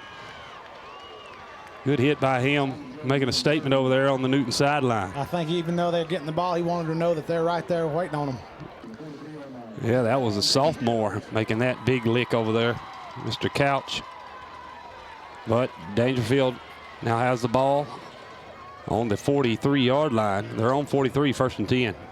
I'd like to see the Eagles come out with the type of defense they had in the first half that shut things down. They just need to clean it up on the penalties, especially on the 2 offsides that we had. They've been on tough, really tough on defense all year, especially in them pre-district games against West Orange and Jasper.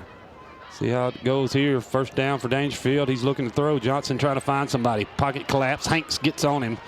He gets a yard out of it, though. Running up the middle, and Jamari Hanks got some hands on him, the leading tackler for the Eagles. Got a Heather Dixon from College, Texas. Rachel Williams, class of 94. Newton Nation Radio. Gary Blackshear from Pasadena. Grady Davis from Urbana, Ohio. Dang. Newton Eagle listeners from all over the world tonight. Sure appreciate all y'all listening. Here's Johnson handing off the right. Right's got a hole. He's breaking, and he's tackled finally by Raylan Adams at about the 48. But picks up a Daingerfield 1st down. So that's the first converted 1st down of the second half. Newton couldn't do anything on their first possession. Had to punt it away. Johnson getting his troops lined up. 3 split on the right, 1 on the left. Right is behind Johnson. Johnson looking to throw. Looking, got man on, shakes off that man, and now he's up the middle. Makes Leighton Foster miss. Got blockers out in front of him. He's on to the 10, to the 5. Touchdown, Johnson. Chase Johnson gets in the end zone after being pressured really heavily in the pass there. Hold on a second. We got a flag or something. On the field. Flag down at the 10. See what the call. I think it might have been a blindside block. Could have been. That would help Newton out. That'd be the first penalty against Daingerfield all game. It was thrown over here on the near side of the field, and they had a Newton player running towards the end zone and got hit ear hold, looks like. But I don't know what they're going to call it. That may be against Newton. It looks like they're talking to Daingerfield about it. Sideline warning against Daingerfield. Sideline warning. Touchdown is good. Okay. Touchdown is good. So Daingerfield scores on the quarterback scramble there, making something out of nothing. He had a man in his face, and then he got away from him. Just shooting up the B gap there. Then had to make Leighton Foster miss right at the line, and then it was off to the races. So it looks like it was a sideline penalty on their Daingerfield media crew. Oh, that's not good. No. So Johnson gets in from about 35 yards out on the scramble, and Daingerfield's lined up for the 2-point conversion. They're trying to run over the right side with Johnson, but this time he says no. Newton Eagle gets in there and makes the hit. That's Aaron Foster. Looked like the quarterback tried to throw it away, huh? Yeah, he got wrapped up there and then tried to do just a little shovel toss over the middle. Wasn't able to connect with his receiver on that. 9:07 to go in the third quarter. It's Newton 16, Daingerfield 12. The Tigers respond here right after halftime. We'll be right back. Hey, Newton Eagle fans, this is Jason Fortenberry, lead pastor at the River Church in Maryville, Louisiana. We proudly support our Newton Eagles, and as a church, we are committed to our mission to love God and love all people. If you're looking for a place to worship, come check us out any Sunday morning at 10:30 a.m. You can find our information on our Facebook page or our website at yourriverchurch.com. Go Eagles! Southampton Resources is an independent petrochemical manufacturer in Southeast Texas. Since its beginning in 1955, it has progressed through several stages to emerge as a strongly competitive specialty petrochemical processor. With over 60 years of experience, the company is now the industry leader in product quality and service to the customer. Southampton Resources is a supporter of high school sports in Southeast Texas and is proud to sponsor this SETXSports.com broadcast today. Welcome back, folks. We got 9:07 left in the third quarter. Newton Eagles 16, Daingerfield Tigers 12. Newton was able to shut out on that 2-point conversion to keep this a 4-point game here. So Newton needs to respond accordingly with the way we know how these Eagles will do. So getting ready to kick off here for Daingerfield. It's going to be number 16. So Newton's responded well all year to when they get down. See if they can do the same here. Here's the kickoff, fielded by Tyler Porter. Porter over the right side. Porter trying to get some room, pushes the guy off and gets up to the 36-yard line. That's where Newton will take over. This is Newton's second possession of the second half. Had to punt it away on a 3-and-out their last possession. So give a shout out to the class of 99 and the state champion, Ron Westbrook. He's listening in from his home there in Newton. Appreciate it. Lance Simmons listening in tonight, I know, from over there in the Beaumont area. So Ryan Nelson said, still holding on to that loss to Daingerfield in 2008. Come on, Eagles. There you go. Yeah, I hated that loss. I was right here for that game. And there's Leighton Foster going over the left side. Leighton finding some room. Leighton stiff arms a guy. He's still going around the side. I don't know how he got out of there, but he's down the sideline. He fumbles it away, and luckily it goes out of bounds. He's got to do a better job of holding on that ball tight. He's fumbled, once tonight. Usually he is a very sure-handed running back. I think the ball is going to be out at the 11, but they're bringing it way back here for some reason. Oh, there's a flag on the play. There's a flag down. It's going to be against Newton. Another penalty looks like against the Eagles. That would have definitely been a very, very good play for the Eagles. Good run. On the offense, number 9. On a receiver out there. The foul marked off 10 yards. It's still first down. Call holding on Raylan Adams on the outside. So that's going to bring them up to around the, looks like the 43-yard line, Eagle 43-yard line, and give them a 1st and down situation. Or no, they're not going to move the markers. It's going to be a 1st and 3 situation. Yeah, mark it from the spot there. It'll be a 1st and 3, looks like. So we got Miss Gwendolyn Romer. Leighton Foster's Aunt Gwen and his granny are cheering him on. Thank you for listening in, folks. Here comes Newton after that big penalty there, put him all the way back. And Leighton Foster again taking it up the middle, getting that 1st down. It's a short gain there for the 1st down. And we got 2 more flags on the field. Ball at the 48. We got a player's helmet's off. That's the center. I don't know what's going on there. 72's got his helmet off. Let's see what they call it here. Seems like 72's going, the ref kind of telling him. After the play, unsportsmanlike conduct, number 77, Daingerfield. 15 yards to be added to the end of the run. It looked like 77 tried to rip 72's helmet off. That is 77's so they're not going to. Unsportsmanlike conduct penalty of the game. That is not a man. Yeah. That's not a person I would want to rip their helmet off. Yeah, that's Noah Nava. And because they're letting Nava stay in the game, even though his helmet came off, meaning that guy must have just ripped his helmet off. Yeah, that is. Ooh. Yeah, and Nava was pointing to his nose, checking if it was bleeding, it looked like, because trying to tell the ref. It does get the call, though. 1st down, Newton. Here, Newton's right back at it. Woods looking to throw. Got pressure all over him. Has to go because the pocket collapsed. He's over the right side trying to find a man. Throws. Almost caught by Malone. Almost caught him. A good throw by Woods to get it there on the run. He's been good on his feet tonight as his pocket. He's had some time. Most of the night he's had time. but when the pocket does collapse here on the very few instances, he's been able to recover and try to make a play. It's just he was running and he was trying to throw cross body to his receiver about 20 yards downfield, and he just couldn't get it to him in the time he had with the guy pressuring him. Well, it was still right there for Malone to catch. Yes. He just had a guy on top of him. If that guy could have brought it in, his feet were dragging the ground. He was horizontal. Here we go. Leighton Foster, it's up to him to get the first down, and he'll get to about the 31, but they're in 4-down territory here. It's only going to be a third, though. So if Newton can continue to grind this clock out with the run game and then continue to capitalize on these 3rd and 4th. Well, right back at it quick there, Jason. They give it to Raylan Adams, who gets a little spin move in there late and gets the first, I believe. Looked like he was short till he added a little spin to the inside. First down, Newton. It'll be a Newton Eagles first down, folks. Yes, sir. All the way up to the 27 of Daingerfield. They just need to put a lot of pressure and work this Daingerfield Tiger defense and just continue to grind them out and make them tired. Looks like they are wearing them out a little bit now.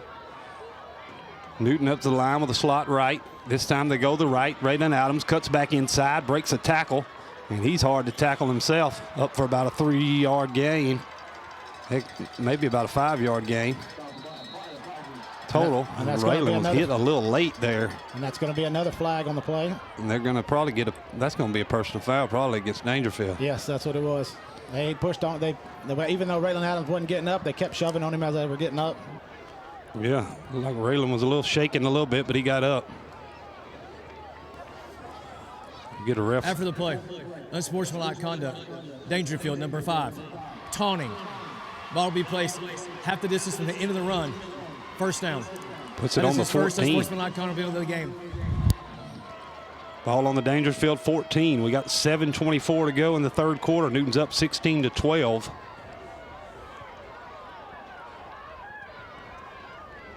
And getting a little delay in the play there by the refs, kind of slowed it down a little bit. And here comes Newton. Tyler Porter hit in the backfield, but might have got to the line of scrimmage. Probably a little short of it. It looks like they're going to call him right at the line of scrimmage. Bring up 2nd and 10. Yeah, the umpire held up. They need the 4-yard line for the first. Here's a snap. Woods taking it himself. Not much of a hole, and hit at just shy of the line of scrimmage. Lost a yard, I believe, that time. 3rd and 11 coming. Ball sitting on about the 15-yard line of Daingerfield. Newton facing another tough 3rd down. I think if you're going to get this deep, if you got a kicker that can do it, get it to at least drive a couple more yards and go for a field goal. I don't know how much faith they have in him yet. Newton comes out with 2 wide to the left. They give it to Malik. Malik going and on the keeper, trying to push forward up to about the 5, but he's still going to be about 5 short of the first. And bring up 4th down. So this is a situation that I don't know what I would be. It looks like Newton's going right back the line here on this 4th down and 5. They are not backing off. Timeout, Newton. Yeah, I think that timeout, Newton. They're wanting to really push this game and make them work for it. So I believe so. We're going to go to a quick station identification, folks. Bear with us. SETXSports.com. SETXSports.com. SETXSports.com. The source for sports in Southeast Texas. Hello, Southeast Texas. Brent Moe with State Farm Insurance in downtown Jasper, proud supporter of Southeast Texas Friday Night Football. We invite you to come put together your playbook for auto insurance, home insurance, and life insurance. As the #1 insurance company in East Texas and Texas, proudly represents your family from birth till death. Please give us a call at 384-5747 or go to brentmo.com and be a part of the #1 team in East Texas. Hey, we're right back. 16-12 is your score with 6:04 to go in the 3rd. Newton is facing a 4th down and about 5 from the Daingerfield 10. Woods in the shotgun. He's got a man on each side spread out. Takes a snap, bootlegging right side, looking for a receiver, trying to hit one, find one, but it falls incomplete. Oh, Gibson just couldn't bring it in. Good coverage there by the Tigers. And Newton will turn the ball over on downs at the Daingerfield 10. And going to have to step up on defense now. Well, looking at that play right there, that Gibson got up in the air. He just had double coverage on him. Had the ball in his hand. The guy from behind just come through and knocked it, just kind of ripped it out of his hands as he was coming down. But he did a heck of a job trying to get to it and really, really went after it. That was just a tough, there's not an incomplete pass there for him because, like I said, he had control of it. Just double coverage guy coming over the back. There's not much you can do with that. 5:58 to go in the third quarter, 16-12. Newton at Daingerfield just stopped Newton, made them turn the ball over on downs on the Daingerfield 10. Here we go. Johnson handing off right over the right side. Hit after about a 4, maybe 5-yard gain on first down. And if any of you folks are listening to the stand, y'all better put y'all's rain jackets on because the weather's coming.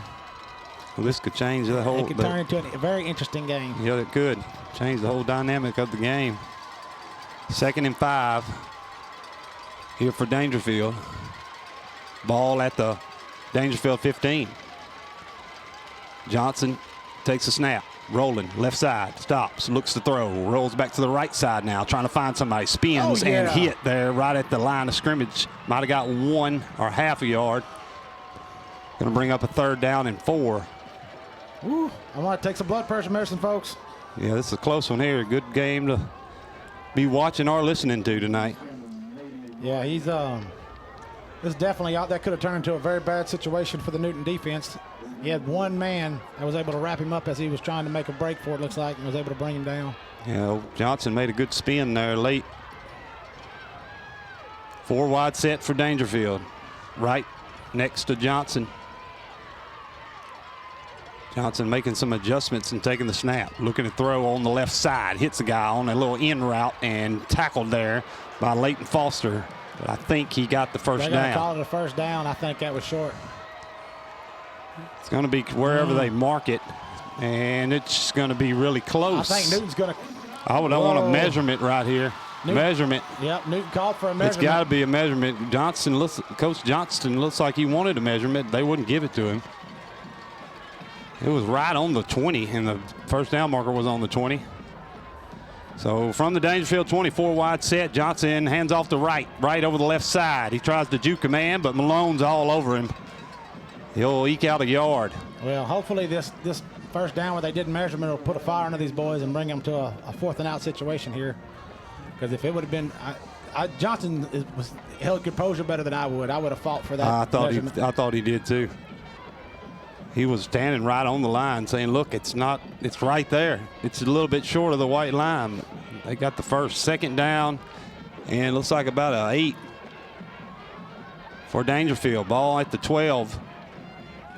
Or 22, excuse me. Here's Johnson looking to throw deep, trying to hit a man, and they're going to call pass interference as the receiver for Daingerfield tried to turn around Hampton, and Woods just kind of ran over him as the ball was coming in. Pass interference. Defense, number 21. Be a 15-yard penalty. That was Madre Spikes. Well, that'll give Daingerfield automatic first down. 16-12 your score. Newton up with 3:34 to go in the third quarter. I think that Newton just needs to try and capitalize on fixing these flags here, these penalties here in the second half. They do that, they're going to do a really good job of controlling this game tempo. They've had a few penalty problems here. 4 wide set for Johnson. Taking the snap. 3-step drop, looking, trying to find somebody. He's going to have to scramble now. He's got pressure on his face, and that's Leighton Foster getting over there to him, tackling him at the 41-yard line. He's going to gain about 5 yards on the carry. I'm sorry, 4 yards on the carry. Going to bring up a 2nd and 6 situation for the Tigers. 2nd and 6. Let's see here. Looked like it was a little delay. I thought there might have been a flag for a second, but something's going on. Definitely. One of the players. We have a small, looks like just a standing injury here. Probably a hand injury or something. Players coming off the field. 3:19 to go in the third quarter. 16-12. Newton. Daingerfield facing a 2nd down and about 5 from the 42 of Daingerfield. Ooh, that wind's picking up. I can feel it through this crowd, Michael. Getting a little chilly. That little cold front coming in for a second round. 4 wide set for Johnson. Takes the snap, looking to throw now, trying to find somebody. Got a little pressure on him, throws it deep over the right side, trying to find a receiver, and caught there. Caught at about the 18. First down. That was caught by Rogers. Just turned around and made the catch with Malik Woods right there on him. So that'll give them a first down all the way down to the 19 or 18-yard line of Newton. First and 10, Daingerfield from the 18. And tries to hand it off right, can't, gets hit behind the line again and gets able to get almost back to the line of scrimmage. That'll be a sack for him that time. But they should have had him about 4 yards behind the line of scrimmage. 2nd and 11 for the Tigers. Come on, Newton Eagle Radio. Listen, we got to pick a name here, but we'll have to wait for this. This game's way too ending. It's way too close, yeah. So come on, Newton Nation. Y'all heard it. Purple Pride never dies. Let's do it right now. Come on, 2nd and 10. 2 wide at the right, 1 left. Johnson, shotgun with right next to him this time. Here's the snap. He's looking on the right side, trying to throw. Oh, could have been picked. I believe it was picked by Woods. Woods picks it off at the 15. First down, Newton. And the momentum rolls over the purple crowd over there as they get the interception with 1:53 to go in the third. 16-12 Newton, and Newton takes over. Sorry, folks, if you can't tell, I get a little animated here at this game. So indeed, we like it. We like it. Right at the 16-yard line of Newton. First down, Eagles. What a pick by Woods to go horizontal there and make that catch. He was able to lay it down, folks, and bring it in. Whew, I thought that was close. So Woods back now on offense in the shotgun by himself. So that'd be a Daingerfield timeout. They had too many men on the field. Timeout. Dangerfield timeout. 16-6. Newton, 1:53 to go in the third. We'll be right back.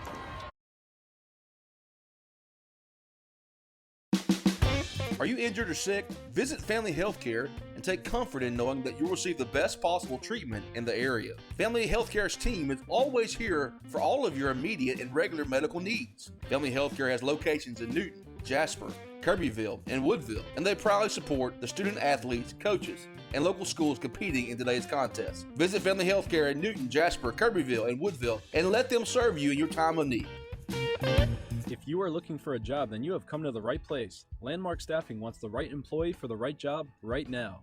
Our Total Quality Management program is a fully integrated recruiting and selection process that guarantees our clients are offered the highest quality employee available with skills that meet their needs. Call Landmark Staffing today at 409-886-7676 or visit us at landmarkstaffing.com. Welcome back, folks. You got 1:53 left in the third quarter here. Newton 16, Daingerfield 12. Here's a pitch to Leighton Foster, going inside and eking out a yard. Daingerfield doing a real good job on them inside runs tonight. Bring up probably a 2nd down and 9 here for the Newton Eagles. So shout out to Mr. Aaron Ward, our East Chambers broadcaster. He's listening in tonight, cycling through the games here, checking everybody out. Appreciate you listening in. Yeah, appreciate you listening in. 4 wide set. Woods in the shotgun by himself. Puts a man in motion over the right side. Fakes it to Adams, and now he's over to the left. Woods trying to find somewhere to go. Woods pushing forward for 3 yards maybe. Bring up a 3rd down. Early 3rd and 5. So we got Russ Alexander listening in from Houston. Single back this time for Woods. Woods gives it to Leighton Foster. Leighton Foster trying to get forward for the first down. A little bit short. Going to be a yard short. Newton facing a 4th down here. Kind of deep in territory of Daingerfield territory. Or their own territory, I mean. Punt team coming on the field.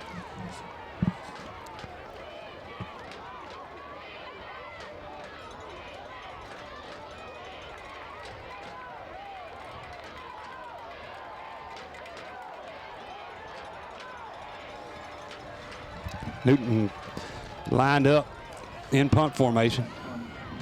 Hudson punting it away. He punts it low, line drive punt.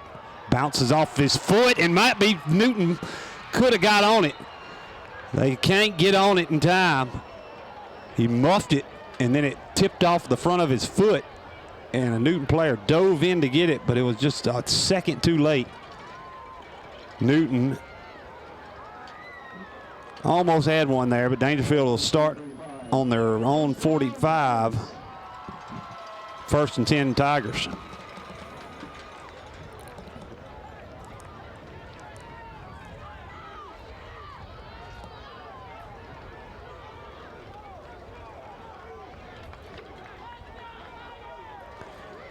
So Daingerfield back at it. They scored on their last possession. And here's this time Wright over the left side. Wright being strung out, but he's getting yards. Kind of turned the corner enough to get about 6. Up to the Daingerfield 42-yard line.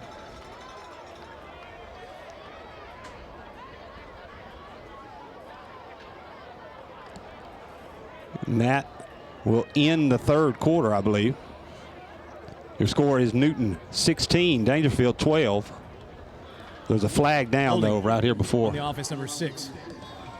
10-yard penalty from the spot. All right, folks, we took all the names for the radio station. We put a poll on the Texas Newton Eagles football page. Please go and choose before the end of the game so we can get a clear choice here. So I'm going to go share it on my Facebook page for my folks living over in listen over in Wildcat Nation and over there in Jasper County. Go support your Newton Eagles and pick out a radio station name. We'd appreciate it. Yeah, just got that poll right there. You can easily vote. Untimed down. Oh, so it's a penalty. It'll Daingerfield will have an untimed down here.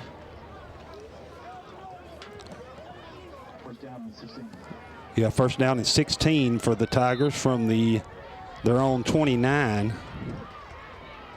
No time on the clock here for the 3rd quarter. And here's a pass over to the right side, caught on the little stop route, gets the 1st down, turns and gets about 5 more, and then looked like a flag came flying in late as he was going out of bounds. Wow, that was quick. We're already 7 votes, and Eagle Nation's up 57 to 43. Oh, wow, that's nice. That's quick voting there.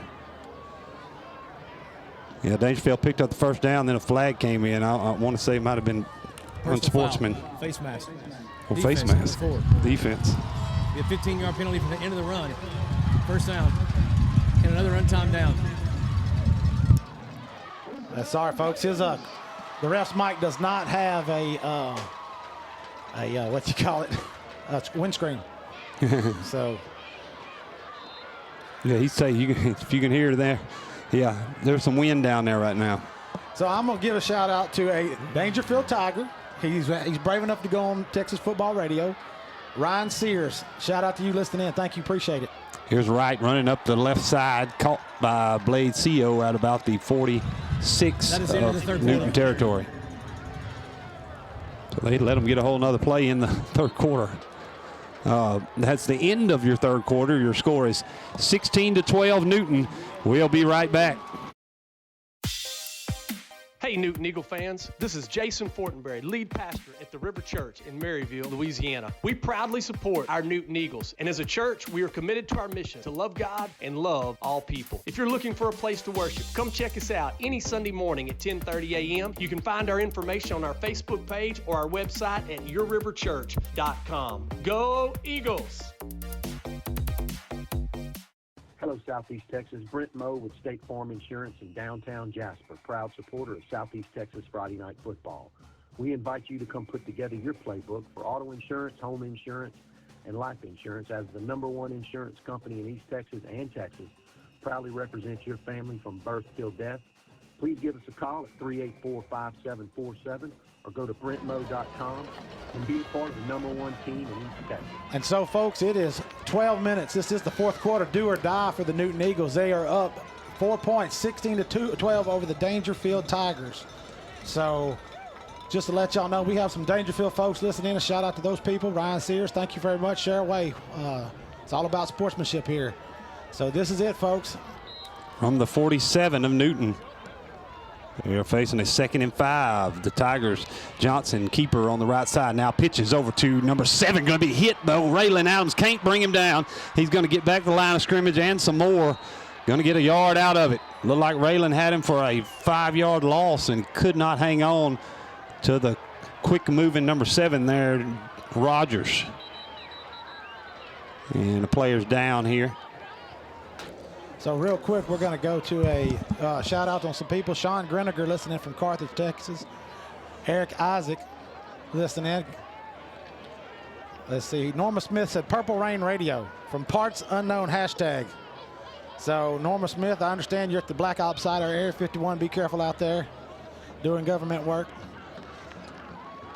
So we got Rocky White. The score currently is 16-12, your Newton Eagles. And then Pam Powell Mitchell from League City and Charles Winters from Lufkin, Texas.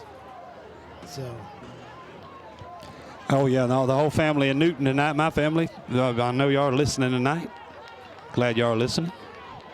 Hope you're nice and warm by the fireplace. It's kind of getting chilly in this press box. I don't know, the wind is like cutting through pretty good, so I can't imagine how the fans feel. Yeah, it's getting a little cool out there. That rain's heading in. 3rd down and 4 for the Tigers. Ball sitting on the Newton 46. So we are the last game going besides the Taft and Poth game. Or what did I say? The Poth? Poth. And Poth has got it in the bag, I'd say 48-13 over Taft. Oh, yeah. So 2 wide left, 1 right. A back on each side of Johnson. Johnson back to throw, looking deep over the right side, trying to hit a man deep, and it's going to be incomplete. Tried to hit that dangerous receiver, Brandon Lewis, on the right side, but 2 Newton Eagles in coverage there. Stop that. So this is where the Daingerfield's got to take their thought process on their coaching and say, hey, did we go out and we try to punt this? Or are we just going to go balls out and go for this? Yeah, you know, you're in that territory, too, where you could really pin Newton deep if you had a little pooch punter. Yep. Looks like they're going to go for a 4-wide situation. Yeah, they're spreading it out on this 4th and 4 from the Newton 36-yard line. Daingerfield's going to attempt to go for it on this 4th down. So it looks to be a little confusion with the Daingerfield. They're trying to figure out their play. Now they're back to throw after 3-step drop. Hanks goes vertical and tries to knock it away. Good play by Hanks, disrupting that. Hanks with the hops jumped up and made Johnson throw it wild and falls incomplete. Newton takes over on downs on a huge stop for the defense. Yeah, that was 44. Yeah, that was Hanks, Jamarian Hanks. Number 4 is Blade Blade Seal. He struggled to try and get that. He almost picked it. Yeah, he turned back to try and get underneath it and just couldn't quite get to it. Yeah. Did you see how high number 44 got, though, Jamarian Hanks? He knew that pass was coming. Y'all better sign him up for basketball. Oh, my goodness. His hips were at that guy's helmet. All right, Newton takes over on their own 46, and here comes Leighton Foster. Got a hole. Leighton Foster pushing up to the just shy of the 50. Of the 40, excuse me. Of the Newton 40. So that's going to be about a 2nd and 6 situation for your Eagles here. 2nd and 6 from the 39-yard line of Newton. We got about 10:49 to go in the 3rd quarter. And the score is 16-12, Newton. Let's see what the Eagles go. We have 2 wide right. Woods in the shotgun, puts a man in motion. He fakes it to Raylan Adams. Now Woods up the right side. Woods using his speed to get up to the 50 and still pushing forward. All the way up to about the 47. So that'll put them inside Tiger territory. Newton Eagle 1st down. 1st down, Newton Eagles. So we are at 68% Eagle Nation, 27% Eagle Radio, and 5% Purple Pride. Get some good votes in there right away. Hey, Emmanuel Hernandez there, number 75, blocking, was just leading the way down for that Eagle 1st down. 1st down, Newton from the 48 of Daingerfield. Woods, shotgun by himself, looking to throw now. He's got a man coming behind him, but gets rid of it. And Foster can't hang on. Foster with a little pressure by Brandon Lewis right in his face. Just let that one fall out of his hands. 2nd and 10. Ball at the Daingerfield 48. So give a shout out to some of our sponsors in this offseason. We've had Southampton Resources, East Texas Federal Credit Union, the River Church, Landmark Staffing, Brent Moe Insurance in Jasper, Texas, and Family Healthcare located in Jasper, Newton, and Kirbyville. So thank you for sponsoring our playoff run here. Single back set. Here is Leighton Foster. Leighton cutting to the right side. Looks like the ball came loose, and Daingerfield recovers. So Leighton Foster losing another one. 3 fumbles for Foster tonight. And Daingerfield takes over on their own their own 48. Yeah, this ball just came out. Yeah, looks like he's going to have to start doing a double arm tuck there. He's trying to run with a single arm, and they're just punching it out. They know how to get in there and hit that ball. Yeah, forcing that turnover. 9:51 to go in the game. It's 16-12 Newton, and another Newton fumble. Daingerfield's got it at their own 48. And Johnson in that 4 wide set.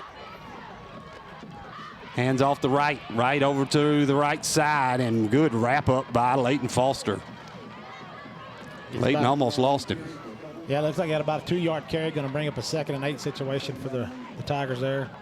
Leighton did a good job of just putting it around his ankles and dragging him to the ground. Yeah, it looked like he was going to break loose from that tackle, and Leighton gave a little second effort to wrap up the feet. 2nd and 8, ball on the 50.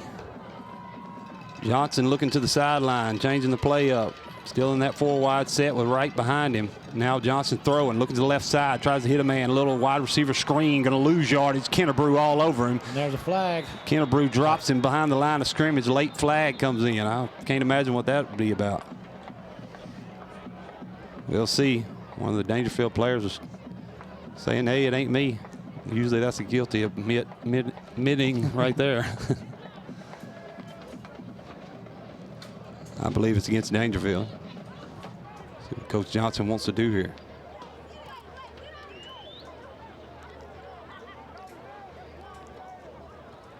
Johnston says we'll take the penalty, looks like. Personal foul. Illegal block in the back against the offense number 60. That'll be a 10-yard penalty from the spot of the foul. 2nd down. That'll push them back even more right there. Sure will. As now will Daingerfield will be facing a 2nd and 20, looks like. Ball on their own 40-yard line. Got 9, 10 and counting to go in the ball game. Newton up 16-12. Daingerfield facing about a 2nd and 20. After the holding penalty, all snapped and blowed dead there. So got another penalty on the field. Let's see what they're going to call this. Looks like they called legal procedure against the Tigers. That's on number 60 again. Number 60, 5 yards, 2nd down.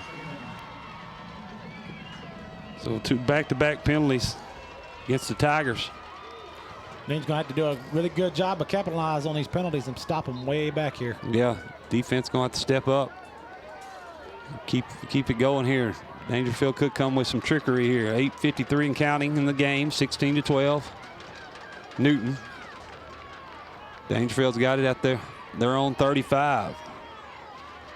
2nd and 33. He's dropping back to throw. Got Kennebrew on him. He breaks that tackle. Now he's trying to run. Leighton Foster targets him and tackles him at the 39. Well short of the 1st down still. 3rd down coming.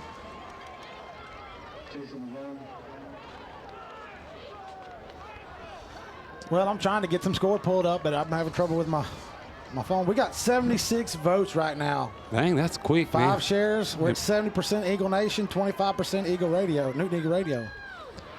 We got a 3rd down and 18 for Daingerfield. From their own 40-yard line, Johnson takes a snap, looking to throw, trying to find somebody on the right side. Throws deep and intercepted.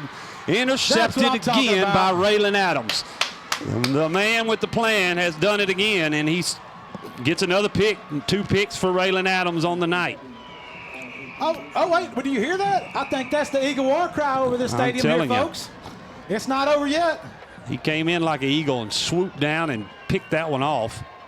And Newton takes over after another Raylan Adams interception. They'll have the ball at on their own 13-yard line. What a pick by Adams. I tell you, he's getting good at that. So, folks, the wind's picked up here. It's got down to 58 degrees. The wind's blowing, looks like out of the east, I would say. So everybody's starting to bundle up. And here comes Newton with a Raylan Adams pitch this time over the right side, getting to maybe 3 yards on that first down run.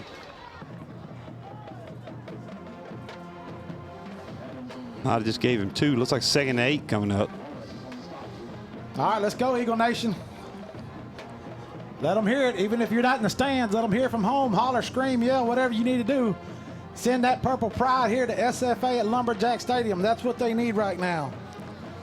Indeed they do. That momentum. Let's see what we got here with Leighton Foster. Hit low there and dropped after minimal gain, if any. They might give him half a yard. 3rd down. I got to send them purple pride vibes, folks. Purple pride vibes. 3rd and 7 for the Newton Eagles with 6:54 to go in the ball game. Newton up 16-12. Newton sends 3 wide to the left side. Woods by himself in the shotgun. Timeout, Newton. Timeout, Newton. We'll be right back, folks. We're going to go to a quick commercial break. The difference between ordinary and extraordinary is that little extra. Eastex Credit Union is the extraordinary, providing convenient financial services that will organize your financials and set your mind at ease, while enriching the communities of Hardin, Jasper, and Newton counties. Stop by or visit us online and experience extraordinary with Eastex Credit Union. Buna and Kuntz locations are now open, serving Evadale, Silsbee, Buna, Kirbyville, and Kuntz. Are you injured or sick? Visit Family Healthcare and take comfort in knowing that you'll receive the best possible treatment in the area. Family Healthcare's team is always here for all of your immediate and regular medical needs. Family Healthcare has locations in Newton, Jasper, Kirbyville, and Woodville, and they proudly support the student athletes, coaches, and local schools competing in today's contest. Visit Family Healthcare in Newton, Jasper, Kirbyville, and Woodville, and let them serve you in your time of need. If you are looking for a job. Third down. Yep, that's just what I was saying. 3rd down and 7. Newton needs to pick up the first here from the 16. Woods bootlegging left side, looking to throw, incomplete. Trying to hit Gibson, but just outshot him there. 4th down. Newton is bringing out the punt team. Newton's offense has been shut down in the second half. Hasn't put up any points. You know, I'm kind of wondering why some of these websites to look at just going through doesn't put Newton as a favorite. I know. A lot of them don't. Port Neches is up in the 4th quarter, 38-21. I saw that coming. Brenham was only 8-4 on the season. The P&G closed that one out, huh? They're in the 4th quarter. So 38-21. Hudson standing on his own 5 to punt this one away. So last score I got on Lumberton was Lumberton 17, Tyler Chapel halftime. So, and Hampshire Finette finally got started. There's no foul. Timeout. Newton. Their 3rd and final timeout. That's their 3rd timeout. So it looks like Cairo is beating Hampshire Finette 21-8 in the 3rd quarter. They had a little bit of game delay. And then Silsbee is up 16-7 over Madisonville in the 2nd quarter. That's our local teams here. So Franklin, who beat Anahuac last week, is just smoking by Hitchcock 31-6 in the 2nd quarter. Oh, Franklin's getting beat by Hitchcock? Yep. 31-6. Franklin's the former D2 champions. Yep, yes they are. And so it looks like Holiday beat Bales 17-4. And of course we knew about Gunner 40-6 over Palmer. And then Puth just scored 48-6 over Taft in the 3rd quarter. And like I said, that may be more. My browser's having a hard time keeping up. So Newton's back out there, punt team. That's just used their final timeout of the ball game. Gibson in a deep snapper. There's the snap, and there's the punt. Good, decent punt there. Bounces in around the 45. And that's where Daingerfield take over, the Newton 45. With 6:27 to go in the ball game. Newton up 16-12, and they've stopped Daingerfield on their last 3 possessions. See if they can continue. That's a tough task. It'll be 4 in a row here. They'll have to stop them. This time they're starting in much better field position than the previous 3. Daingerfield did score on their first possession of the second half, about a 5-play drive where Johnson ran in a 38-yard TD on a scramble. 1st and 10, Daingerfield from the Newton 45. Handoff to right up the middle, pushing forward and getting a huge gain on 1st down of about 7 yards. 2nd down and 3. After that quick little run up the middle by right. Ball at the 37-yard line. 2nd and 3.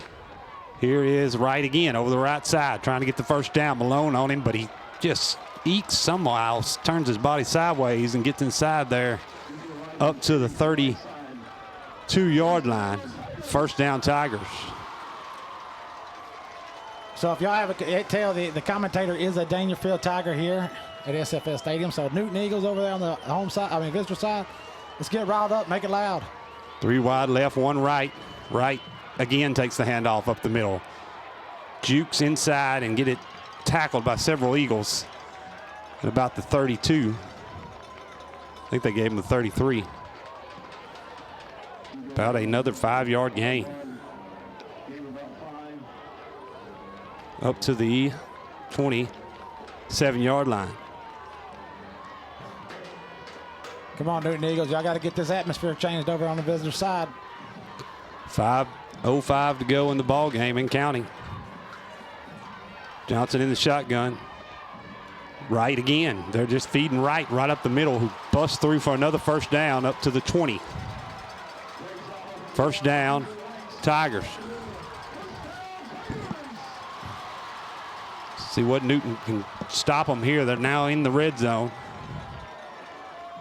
4:45 and counting. 3 wide left, 1 right. Johnson takes a snap. Right on the left side again. Up for another 5-yard gain. They're getting 5 yards at a time with right up the middle. Deco Wright, a senior, 5'9", 165 running back. Here's Johnson. Hands the right again. Right tackled that time in the backfield by Jamarian Hanks. Dropping him this time for a loss. Good, needed that. Going to make it a little harder 3rd down now with that big play by Hanks. Now it just comes down to who wants it more. That's all it is, and this is what's left with 3:56 left in the game here in the 4th quarter. Defensive game tonight, 16-12 Newton. Ball sitting at the 16-yard line. Daingerfield facing a 3rd and 7. Johnson dropping, passing, looking, steps up in the pocket, but he's got Kennebrew on him. Kennebrew tackles him. Yeah, baby. Right, a little bit past the line of scrimmage. He got some yards out of it, 1 yard, I think. But it is now 4th down. 4th down for the Tigers. Ball at the 14-yard line of Newton. And we have about 3 minutes and 18 seconds to go in the ball game. 16-12. That's what I'm talking about over on that visitor side. Now we're getting up and getting at it. Newton fans are on their feet. Daingerfield following suit. Ball at the 14-yard line. 4th down. Johnson by himself, looking to throw. Pressure all over him. Yeah. Hit my through. Oh, and it's caught. Oh, he caught it at the 6-yard line. Oh, I don't know how that happened. He somehow got it off as he was hit and completed it to Hampton for the 1st down at the 6-yard line. Wow, what a play. Johnson was hit so hard he barely got up after that hit. Daingerfield had to end up taking a timeout, or they took an injury timeout for him. He's up, of course, walking around, but he got knocked silly by 3 Eagles. Newton brung the blitz. Oh, I don't know how he got that off. He got smashed. Yeah, he got 3. Yeah, he got hit hard. And somehow got it up to Hampton. Hampton made the catch at the 6 and was tackled immediately, but gave Daingerfield the first down. With 2:42 to go, 16-12 is your score. And the clock's running, and the refs, either they're getting the clock right or what. I'm not sure what's going on. Getting a little delay here. It's like one of the refs is watching the clock. So they're going to try to run the timeout. He ran it down is what he did, yeah. Yep. Daingerfield ran the play clock down to 0 and called a timeout. We'll be right back. Hey Newton Eagle fans, this is Jason Fortenberry, lead pastor at the River Church in Maryville, Louisiana. We proudly support our Newton Eagles, and as a church, we are committed to our mission to love God and love all people. If you're looking for a place to worship, come check us out any Sunday morning at 10:30 a.m. You can find our information on our Facebook page or our website at yourriverchurch.com. Go Eagles! SETXSports.com. SETXSports.com. SETXSports.com. The source for sports in Southeast Texas. So welcome back, folks. It is a 16-12 ball game. Newton Eagles up, 2:27 left. It is a 1st and goal situation for your Daingerfield Tigers. So Newton tried to make a critical stop here to keep them out of the end zone to keep this game in their favor. So Daingerfield's going to do what they can to run down this clock as they try to put one in. They got that 4 wide set again. Johnson in the shotgun with Wright about 3 yards behind him. 1st and goal, Daingerfield from their own, from the Newton 7. Yes! Hitting the backfield hard. Wow, what a hit there by Hanks. That's going to be a 3-yard loss on the play. Jamari Hanks blew through the line and blew up right 3 yards behind the line of scrimmage. And that's the way to start it right there on the 1st and goal. Knock them back to the 10-yard line. They'll have to get the whole 10. So Newton Eagles never blinking, always dominating. Michelle Grimes, Purple Pride never dies. I like that. I like it. That's what we need right here from the 10-yard line. Come on, 2nd down and goal. And Johnson looking to run to the left side. He has a little room over there, but he's ran down immediately by 2 Fosters. Aaron Foster and Leighton Foster go straight down the line and get to him. Does get the ball up to about the 12-yard line. The 8-yard line. So it looks like Daingerfield's going to do what they can to run down this clock as much as they can, take away the time here. 16-12 is your score. Newton up. 1:19 to go in the ball game. Daingerfield facing a 3rd and goal. And here's a snap, and their whistles blow. Something was happening. Looks like somebody took a timeout. Daingerfield, their 3rd and final timeout of the half. So neither team's got any timeouts left with 1:11 to go in the ball game. It's 16-12. Please put 1 minute. And this is a nail biter right here. 1:14. We'll take a quick break. We'll be right back.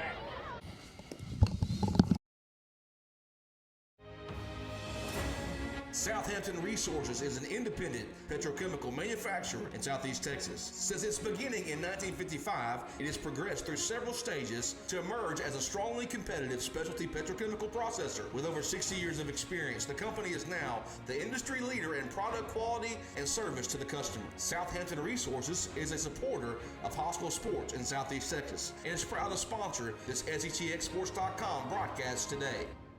All right, folks, there's 1:14 left to play in the half. It looks like Newton Nation Radio is going to win this, and that is going to be the official name of the station going forward instead of Station 7. So Eagles Nation, no matter what happens here, shout out to everybody that's listening. We've had an all-time high across our broadcasting area tonight, so give a shout out. Purple Pride here trying to make a stop, crucial. Johnson looking to throw on this 3rd down. He's trying to throw over the right side. 2 men there and incomplete. Good coverage by CO. No way that was pass interference, as he was just right there where he needed to be, and that ball's incomplete. 4th down. 1 minute and 10 seconds to go in the ball game. 16-12 is your score. Daingerfield facing a 4th down. from the 13-yard line. So Purple Nation is do or die here. 1:10 left. Excuse me, the 8-yard line. The 8-yard line, 4th down. Here we go. Ball game is this right here. Johnson changing it up a little bit, trying to get some better protection. They have no timeouts remaining. Snap, and that's going to be a delay of game. Delay of game against the Tigers. Drop them back 5. Delay the game. Offense. 5-yard penalty. Yes, sir. Still 4th down. Game clock operator. Almost worries me. Gives them a little more room. 10 seconds on the game clock. 1:10. Thank you. So right now, everybody in this stadium is on their feet. This is it. Do or die. Eagle Nation Radio coming at you from Homer Bryce Stadium. I kept saying the 13. Now the ball is on the 13. On the 13 of Newton. 4th down, 16-12, 1:10 to go. Daingerfield facing this 4th down. They're looking to throw. Johnson trying to find somebody. Pressure all over him. Throws it over the middle. And that is incomplete. Yes! Ball's incomplete. Raylan Adams on the coverage. And it looks like the Newton Eagles will win this one 16-12. They just stopped Daingerfield on 4 consecutive plays inside the 10. And Newton looks like they're going to take home the victory tonight here in SFA. What a play there. What a play by the defense. It's that Eagle war cry, baby. Yes, sir. What a play by, Coach Johnston said it earlier in the year after a win over Jasper that we pride ourselves on defense. That's what happened, baby. That's what happened tonight. Defense will win championships. 1:06 to go, 16-12 Newton, and I guarantee you victory formation is coming. Daingerfield has no timeouts. Newton will move on to the quarterfinals. They'll face Harmony. It is over, folks. What a game. What a defensive battle this was. Worth watching. I hope it was worth listening to right here on SETX Sports. This is Eagle Nation Radio as of tonight. Thank you for voting. Thank you for going on the Facebook page. Thank you for listening. Like I said before, this is an all-time broadcast tonight across our listening area.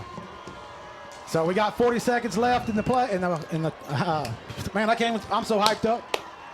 I'm telling you, it's great there. 35 seconds to go, just kneeling it out here as Newton will win the regional semifinal. It's over, folks. That's the game. So, folks, thank you for listening to Eagle Nation Radio. And we're giving the coaches a high fives and over here through the glass. And hey, we're going to the next round, man. Jace, you was nervous over there. Oh man, I was sweating it out, man. My blood pressure was high. We're good to go. I knew it the whole time. Well, not really. Thank you for joining in. Y'all be safe going home. And this is Eagle Nation Radio. Yeah, man. Appreciate everybody listening. Double to triple anything we've done across the year in broadcasting numbers. We want to thank you. Send a shout out to our fans and all the people listening. Good luck to Daingerfield on their next year. Good luck out to Ryan Sears for coming out and listening to us and sharing our post. Oh, Jason, Daingerfield. Thank you. Will we get we'll get an archive on this broadcast? Yes. As a matter of fact, I need to send that to you. It's my fault. I got 2 of them. Yeah, shoot it to me.